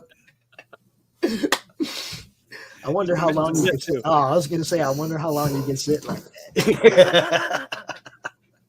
Y'all seen Empty Chair stream. Y'all just don't know how far Rich will go for a joke. Okay. We're about to find out. Right. Somebody keeping track of the time. This is nipple tape man. Okay. Oh, great. Yeah, there you go. Quentin's got it. Sounds like a woodpecker. A woodpecker. And yeah, Bruce Timm, like he draws some of the most beautiful women. I mean, he does books on that stuff. I mean, it's amazing, man. There's a picture he did with a girl like in socks, and it's some cheesecake pinup. I can't stop looking at the socks, man. I'm just like, those are the best looking things I've ever seen. It's the scene where Green Arrow was introduced to the Justice League, and he's like, "Yeah, no, I'm not really a joiner." And he walks past the locker room, and Black Canary's pulling on her boots, but I might hang around. Yeah. But he just gets it. So that's very simplified, but there's it's gorgeous, you know, and you can't Bruce Timm style, which is just abbreviated Kirby, in my opinion. Like he kind of took Kirby and just like cut out the chunkiness. Man, that's as good as it gets. That's why we're still talking about him, you know? Right. A lot of these good animators were pinup artists. I was looking at some Disney stuff the other day, Bill Lane, guy who did Sleeping Beauty and Jungle Book. If you look him up, and his last name's spelled with a Y, Layne. Whoo!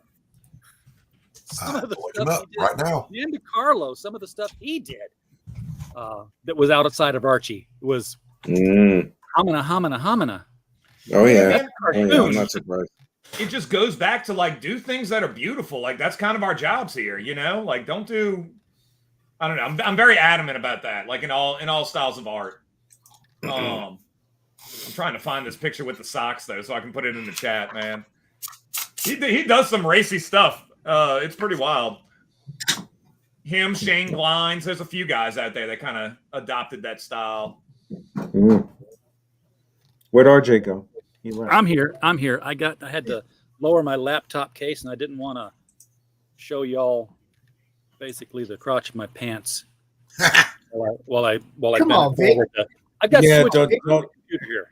Turn this thing Black down. Canary is thick.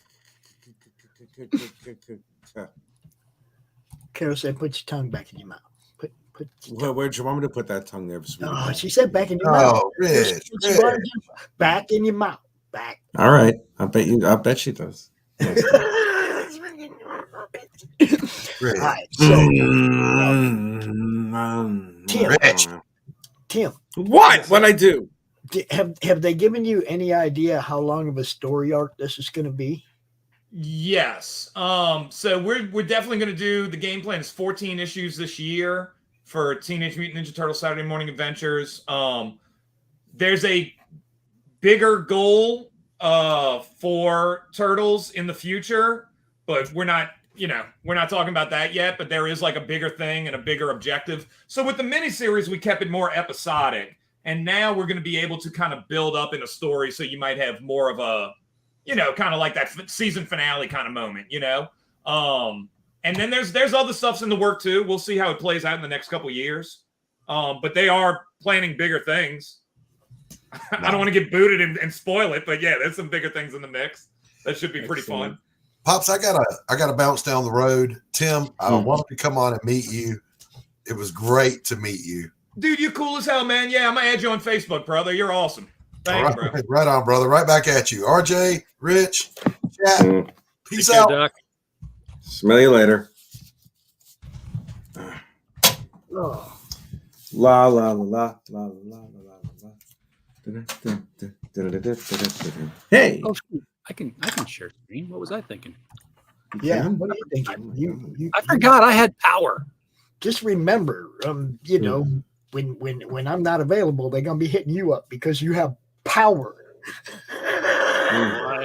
Speaking of, How bad is it there? How bad is it there, though? Seriously, how bad is it there? With the power losses and all that stuff. Oh, look, Carol gets after Doc. Fine, just go, leave. Fine, go then. Fine, go leave, Doc. Speaking of, I have what power issues, man. That's yeah. This was a real moment in He-Man. I screen capped this off the episode. I was like, that animator snuck that in real quick. Man, but it's still a beautiful. Like that is some on point animation for all the He-Man. That filmation stuff is gorgeous. It really is. Is it me? Is it me if I'd go after the cat chick? I mean, I would just go I think you were meant to go after both of them. No, I want the cat chick. No, let me get that cat chick because she has she's a cat. There's a whole Japanese culture that's right there with you, man. Yeah. Those cat girls, they're cat girls and fox girls. I mean, I know, right? I'll share her litter box. That's for sure. That's how you get furries, man. Yeah.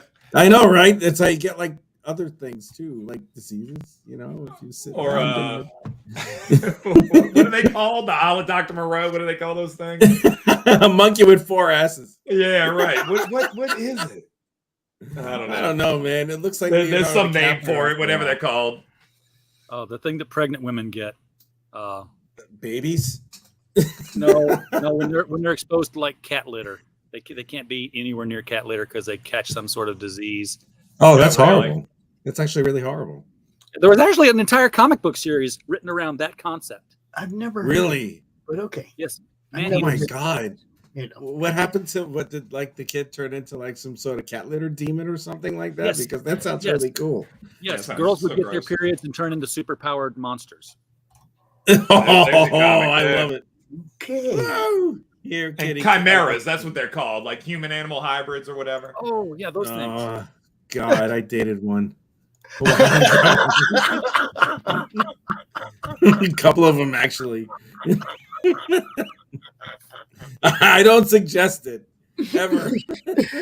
even after the first one.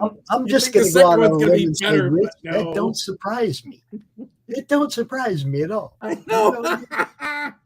Oh my God, I am a sick. No, it's not listeria, but yeah, that's one of them. Listeria is the one you get from termites being in your wall.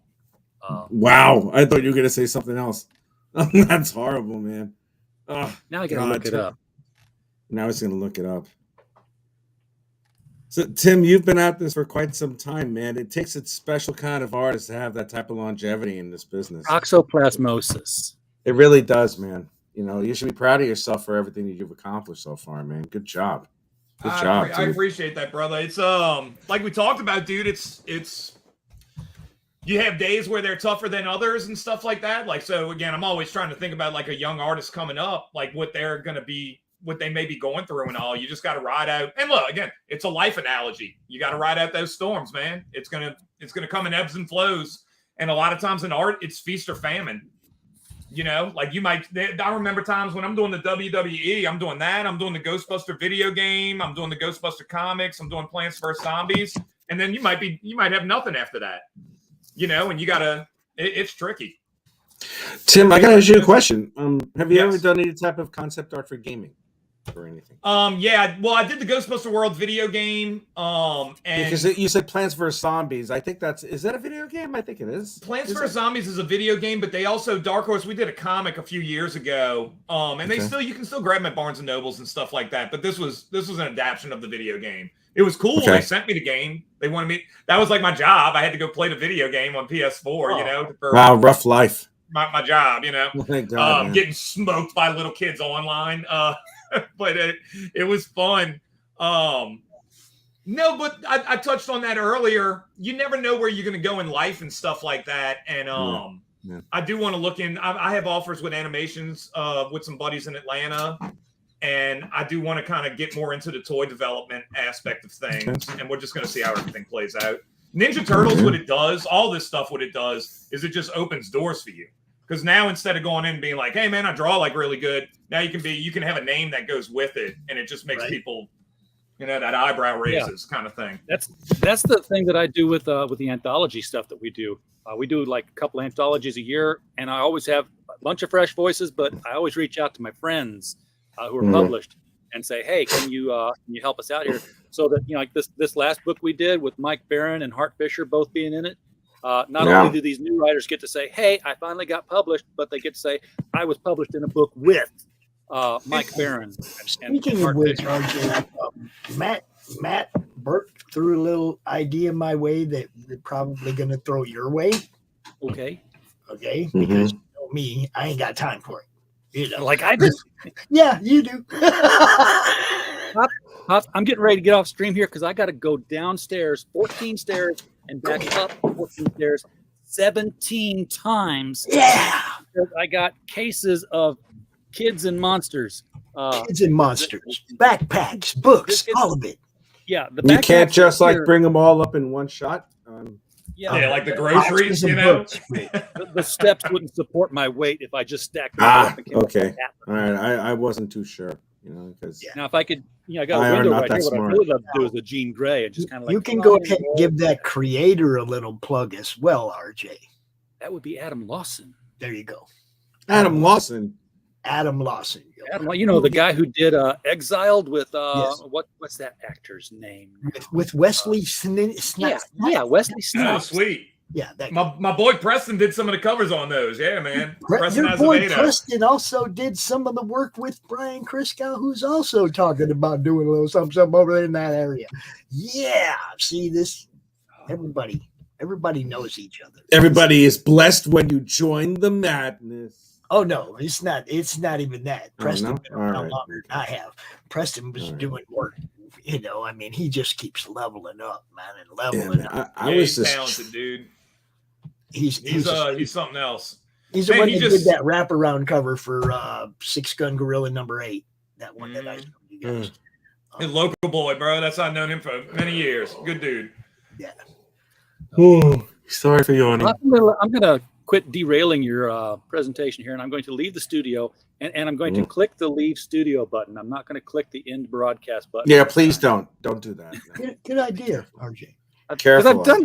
I've done that. Oh, do you have a guest for tonight? Do you got something going on tonight? I have something going on. I've got to get the stream as soon as I get these things up here.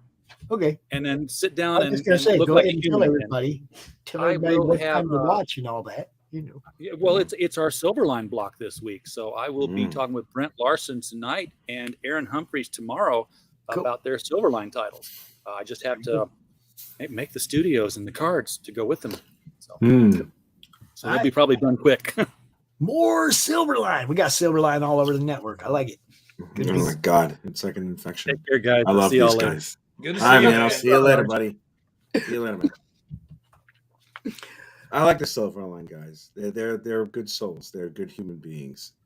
Well, I mean, Nice humans. everybody associated with the network that's brought shows over, that guests on shows, that everybody that has come out in support of what we're doing is awesome. Roland's awesome. Except me. You know? Except me. I suck. Just because you were around before we decided to build a network. Yeah, I know. I suck now. Now I suck. Before I meant something. Now I'm just cannon fodder. I'm the guy on I'm the guy in the back who rose the vote. Everybody You else got just grandfathered displays me. in, bro. Yeah, I know. So I don't really deserve any of my celebrity or anything like that. I've been trying to give my half of this show to somebody else for so long, and Rich won't. Yeah, and no one else. Well, it's like you have to give it to me. I'm like, no, I don't want it because I smell bad. I'm just not going to bring anything worthy to the madness because I'm just waiting for you to start pompadouring that shit, dude. I'm already pompadouring this thing. Look at that, Buster. Yeah, no, I mean the real deal. I'm feeling hot. The Elvis flip. You know what I'm saying? That's about another 2 inches of length on this fucker. So then I'm gonna do that. I was gonna do the spit curl, but I didn't really want to imitate like Christopher Reeve or anything because Christopher Reeve is the only Superman. I don't care about Henry Cavill. He can go F himself. So Tim, grab that art behind you again. Show it off again. Yeah, show off the art behind you, man. Grab that art again. Grab that art again. Show it to everybody. Show it to everybody. So we got some stuff in here. So they had all kinds of production model sheets for Ninja Turtles that they would use for the toys and stuff like that. And I thought it would be fun to take that and start doing those. So these will be in the trade paperback, and they're going to look like they're from like 1987. So some of the tools, some of the stuff that we threw in there, well, they look better when I do all the. Actually, here's a better example. So this is from the first issue, and it kind of has like props, and it looks like almost like we got. I love that. You know what I mean? That looks so and good. so if you look at it, I'm throwing in all kinds of cool details. Like that's the NES Nintendo game. Right. I tried to make it look like an NES Advantage controller. The first issue, they go into a VR world and stuff like that. Let's see. And then I'll show the cover again. So this will be the cover for issue #1 when it comes out in April, I believe. No pun intended. Beautiful. No, there was definitely a pun intended. I don't believe it. Right. You got Shredder's reflection in the sword. You got a little homage action there. I like it. Yeah, that's a really nice cover. That's an insanely good cover. Man, that's wow. You did yourself proud. I love that layout. Love that. I appreciate it. I'll show y'all really #2. good. I mean, there's nothing really. There's a lot more like computer work that goes on with this one, but this is like a sneak peek of #2. There's going to be a why big do you say circle computer around work? it. Why do you say computer work? Because like there's just Okay, for an example, like drawing a circle, like if I'm going to do something like that, I might as well just go on the computer and do it. It's going to be much more accurate. And I color the covers myself. I don't do the interiors, so I'm just cutting corners. It's less time than I need to be sitting there. It would be cool to do like a full blown, have everything on there, but it just doesn't make sense logistically. Like me trying to get a circle with my pen and ink is going to look. That's hard to do. It's very hard. Right. I'm going to be redoing it anyway. Without that tool, right, Rich? Well, and I'll show y'all again. Like this is so we're doing like this whole thing where it's gonna look like Centurions. If you remember the Centurions cartoon. Yes, I remember. The Rat King puts them in these outfits. He kind of brainwashes them, and then they come out kind of they're his slaves now. But there's Eric gets it. He understands all that 80s cartoon vibe and all. So there's a very fun like Centurions throwback. So I wanted the cover to have that, have that look to it.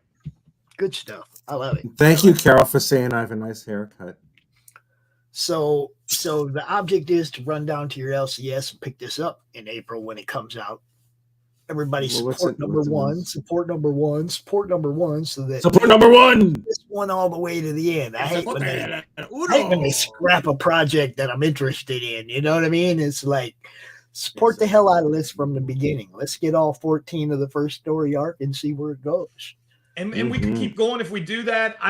Again, that would be my mission statement here, is that like everybody working on this book, they're lovers of this property. It's a lot of everybody, the colorist, Lewis, Dan, everybody can pull the sword from the stone, man. They're true blue about all that kind of stuff, man. So it's neat and it's fun working with these guys too.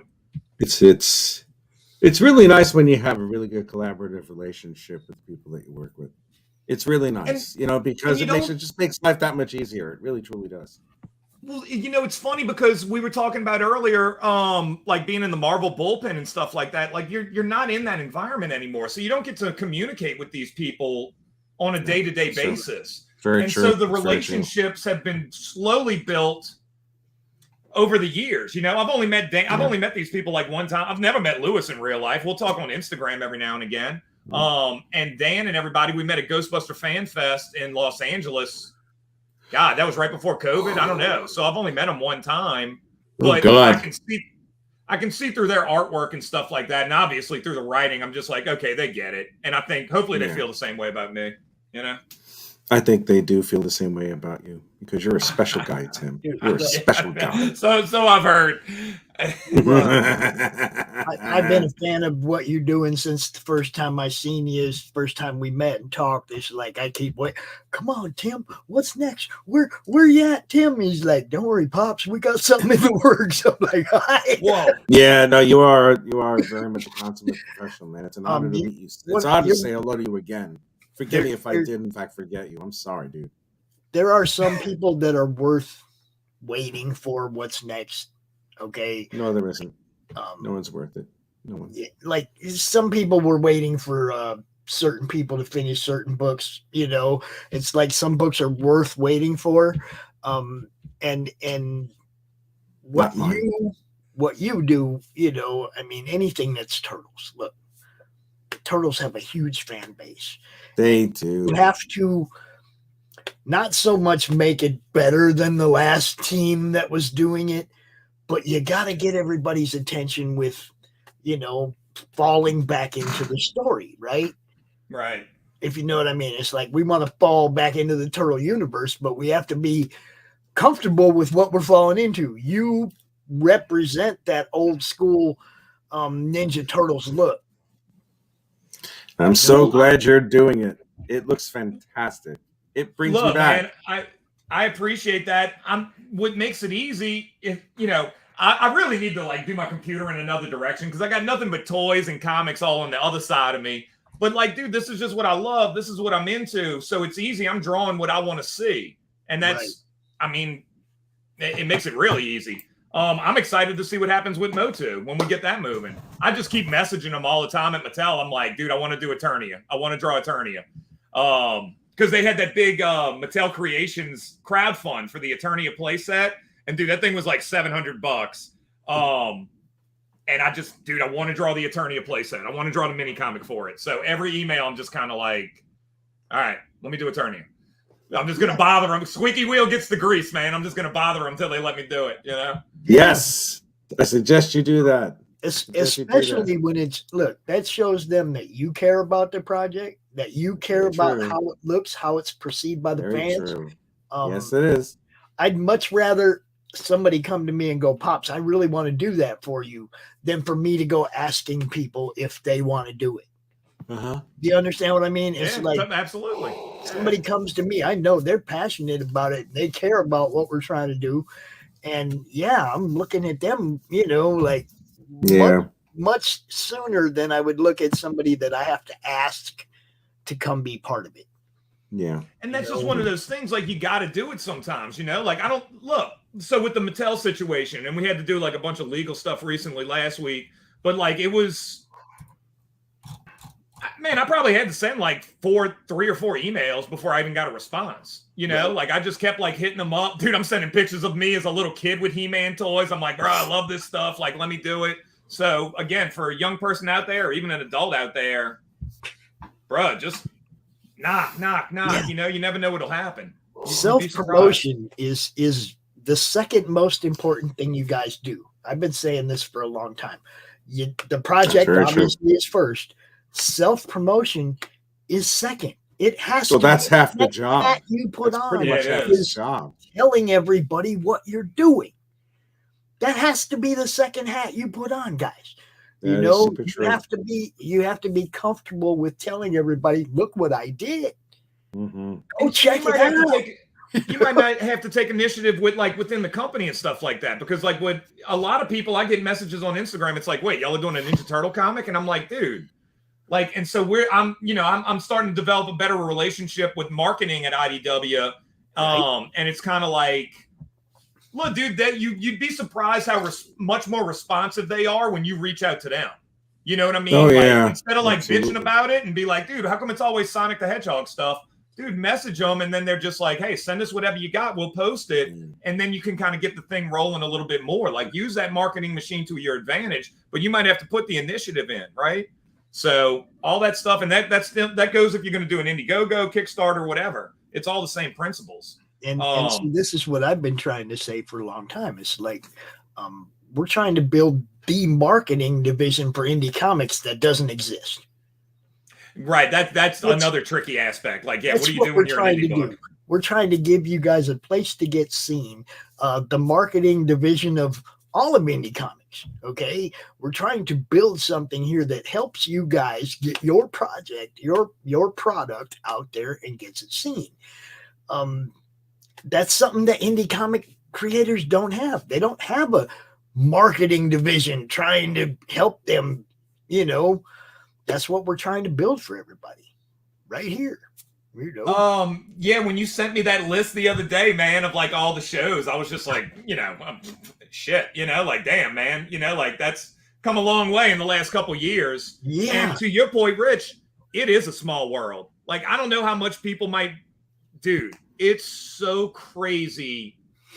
It just is. This industry is not as any of these industries. Entertainment in general is not that big, man.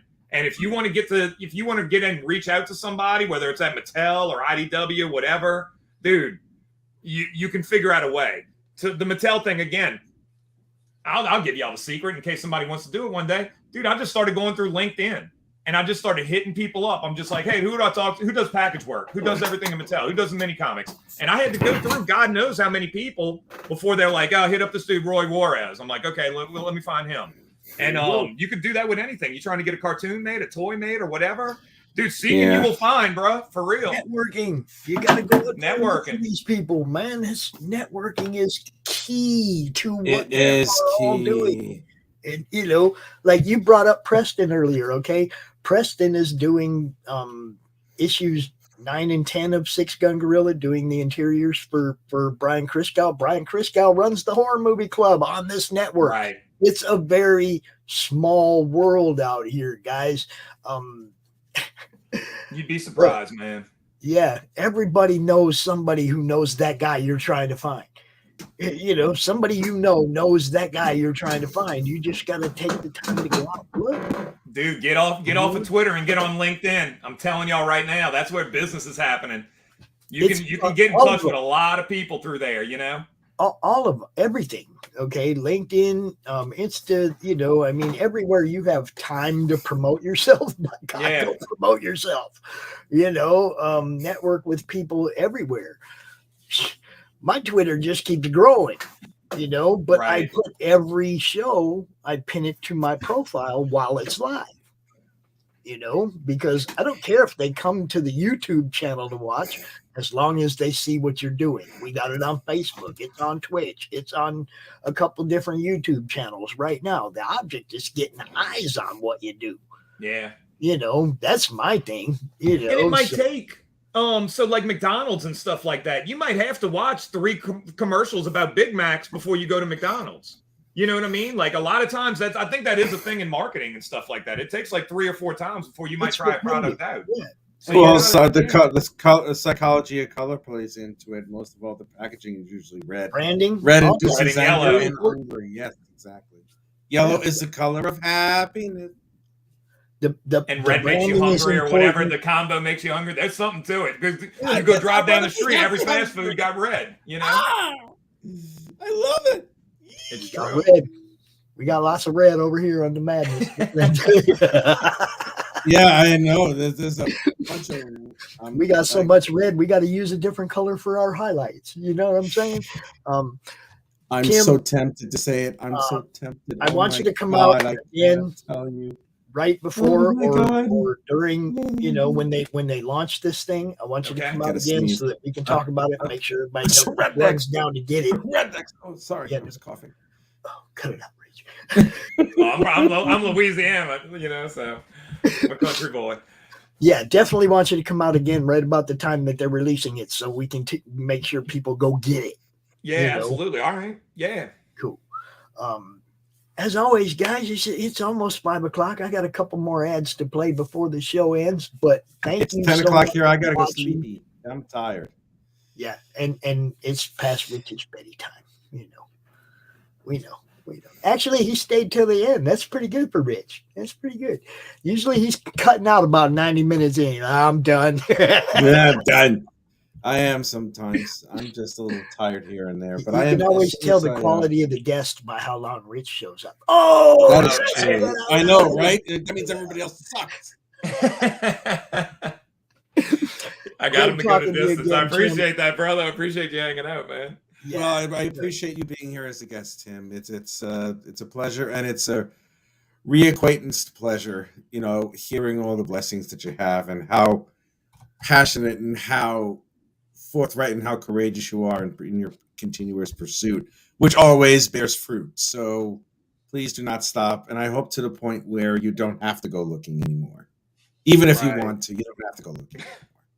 Which is a rare thing, trust me. It really is. I know. Yeah.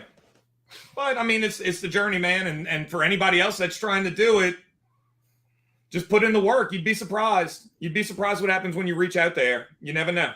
And really, the main thing, like something you touched on right from the beginning, don't quit.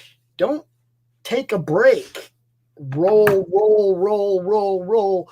Keep providing content. Keep being the guy in the public eye. You got to. Yeah, like keep going like some of the people over at the Zimcast or something like that. You know, just keep You just gotta roll. I know there's a lot of independent people that are going to maybe check this out. Dude, I didn't get an Indiegogo to go through 2 years ago, man. You know what I mean? Like, that was embarrassing. That sucked, bro. Like, that sucked. So it was kind of like a moment of like, okay, what are we doing next? How are we going to do this? And, you know, lucked out a little bit, but you keep going. So even if you're Indiegogo, your project doesn't go through, bro. You know? Back then we had this little tiny platform, this little tiny group. Now we have a little bit more reach than we had back then. So hopefully if you have to do another Indiegogo or something, we can get you seen a little better, bro. You know. No, it was, look, man, and Preston was the one that led me to you. Yeah. So, and it was such an awesome community of people. Critical Blast, I remember going on his show, Don Chen. There were so many people. So yeah, man, I just never forgot all that. I really do appreciate it. And yeah, just keep doing it. Hit all them people up again. Everybody knows what you're doing, bro. That's how we do this. I'm gonna get going. Tim, good to see you. Pops, when am I gonna see you again? Next Sunday or Sunday? Are we doing anything special or some shit this week? Sunday, as far as I know, it's just All right, a regular. let me know if you need any 40 help or shows a anything week. else, man. I got some time. I can't believe I'm gonna we're talk to you later. Okay, brother. All right, brother. Good to meet you, bro. Good seeing you again. Peace. I'm kind of blown away that we're at the point where I'm monitoring 40 shows a week on this network. It's crazy. Dude, that's wild. That's wild. Because I would see you pop up on my what you call it all the time, the Twitch. So I knew you were going all the time. I was just like, damn, man. Well, I mean, it's not all my shows. It's it's everybody else's shows. I only do 2 shows a week now. Right. But people need one and the show content. off. Like it's a thing. For me, somebody like me, I'm drawing. If I see a video, if I know something's going to be on for like 2 hours and I don't have to, I'm like, oh, sweet. Give me a podcast or something to listen to and just kind of zone out while I'm working or washing dishes, whatever. So there's a market for it. We're working on 24-hour programming. No, I'm working on building a Roku network. That's really what that's crazy, dude. I want to get away from the monetize, demonetize, somebody else in control of what I'm doing. Yeah. I want to get away from that. So that's our goal. That's what we're building. But thanks, Tim, man. Thanks for coming out. Make sure, like I said, you hit me up right before they drop this thing in the store so we can do this again. And maybe we'll get you on like RJ's, the LCS guys show. Okay. Where the local comic guys can talk about your book coming in their store. Yeah. You know what I'm talking about. It's always ideas and networking around here, man. So hit RJ up. Maybe you guys can do that. Yeah, I absolutely will. All right. All right, brother. I'm going to go work on that deadline so we have a book to talk about. But yeah, appreciate it again, bro. Anytime, brother. Good to see you. Right. Man. I'm going to play some commercials. I'm going to roll on out of here. But since we talked about this one a lot, we're going to just play it.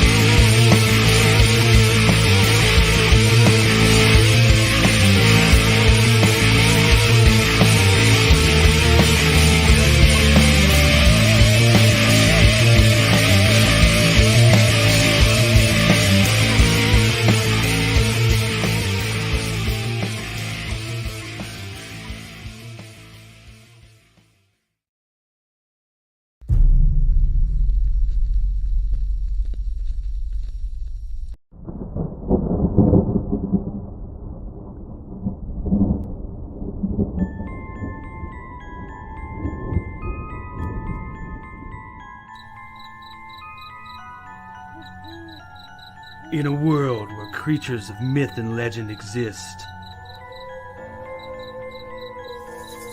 a covert task force is charged with keeping humanity safe from supernatural threats. And when young Nancy Moon stumbles into the eternal battle between good and evil, she finds...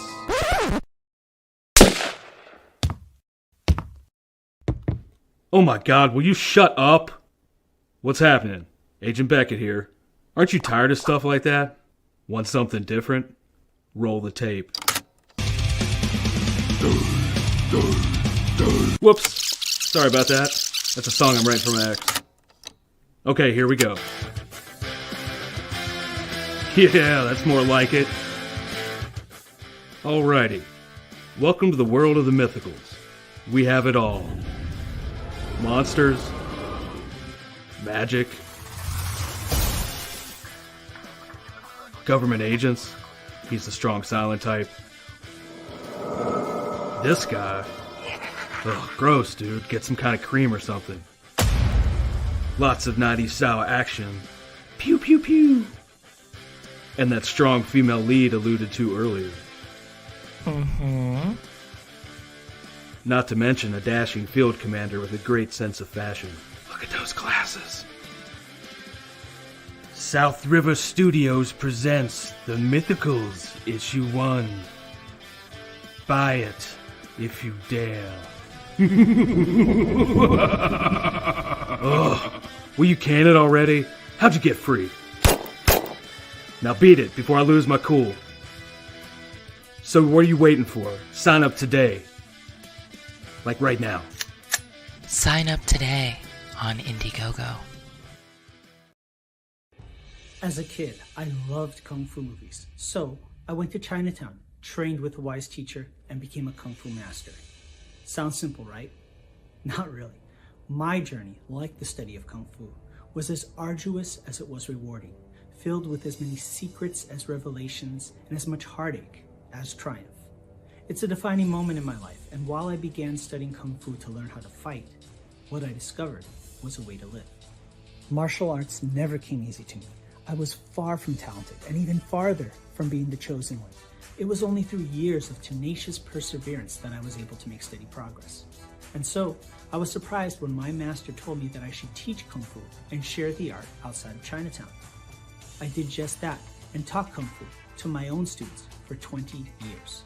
I always wanted to do more to share the art of Kung Fu with others, but was limited by only being able to teach those within my immediate area.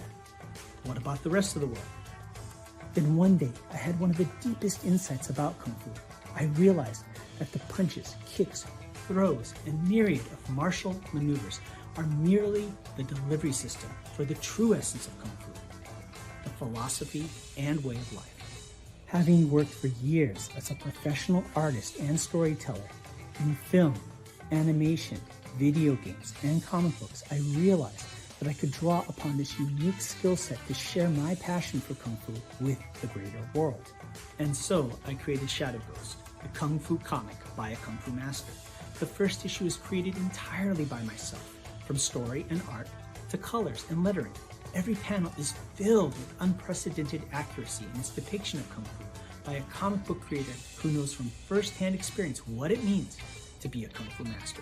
Shadow Ghost is a martial arts coming-of-age story about a young man whose search for the truth about a legendary hero leads him to study Kung Fu, and through a twist of fate becomes part of the legend himself. For the first time in comic book history, you can immerse yourself further in each issue with Kung Fu Skills technology, powered by Tiger Crane Kung Fu. Scan the QR code at the back of the comic and follow an exclusive link to an online instructional video where I teach you Kung Fu techniques featured in this series. With Kung Fu Skills technology, you can do more than just read about the Shadow Ghost saga. You can become a part of it. The first issue is completely finished and ready for print. All that's needed is for you to make a pledge of support so that we can fund the printing of the first issue. Together, we can share the wisdom of Kung Fu with the greater world. Shadow Ghost is the story of Kung Fu. It's about the people, the art, the culture, and the philosophy. It's my story and the story of those that I've learned from, taught, fought, and loved. Join me and become part of the vibrant legacy in a place and time where we might not be the chosen one, but where we can make a choice to be part of something bigger and greater than just ourselves. I'm Sifu Kurtis Fujita, and this is Shadow Ghost, the Kung Fu comic by a Kung Fu master.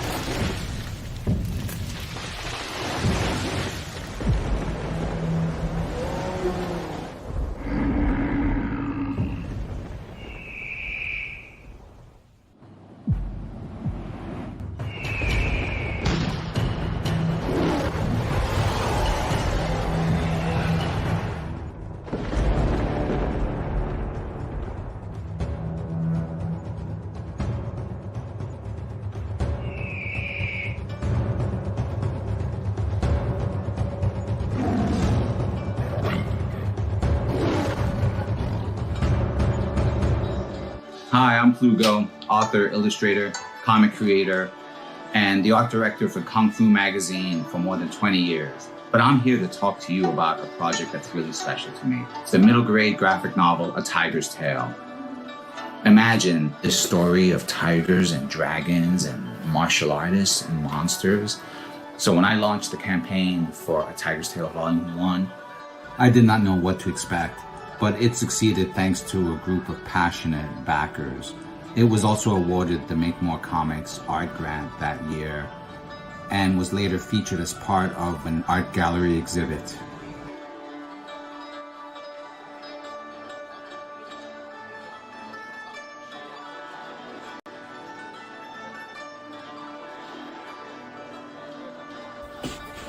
And that's why I'm coming to Kickstarter, to cover production fees, printing, copy editing, things like that.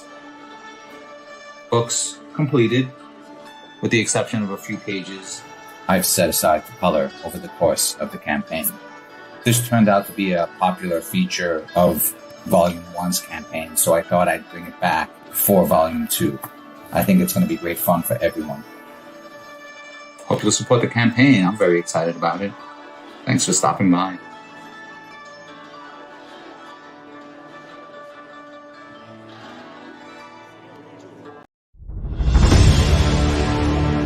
America's southern border has become a war zone. Human traffickers, drug smugglers, and terrorists flow across the Rio Grande with impunity, secure in the knowledge that no one will stop them.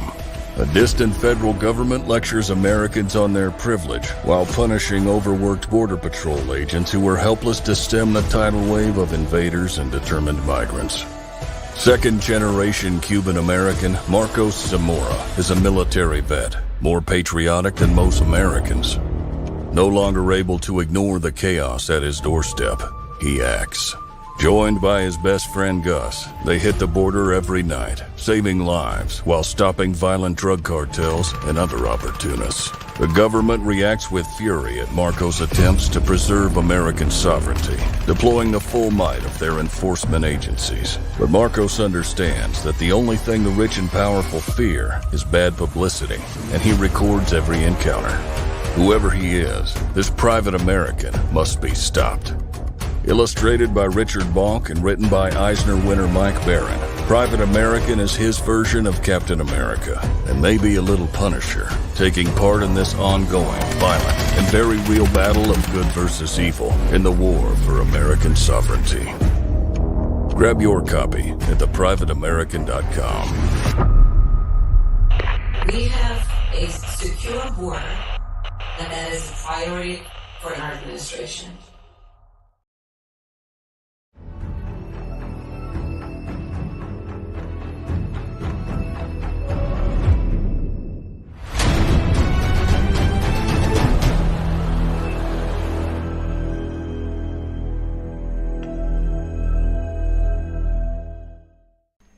How do you end this thing? How do you put the where? There was the brakes on this bus. I forgot. Jazz how to hands. Jazz hands. And drive.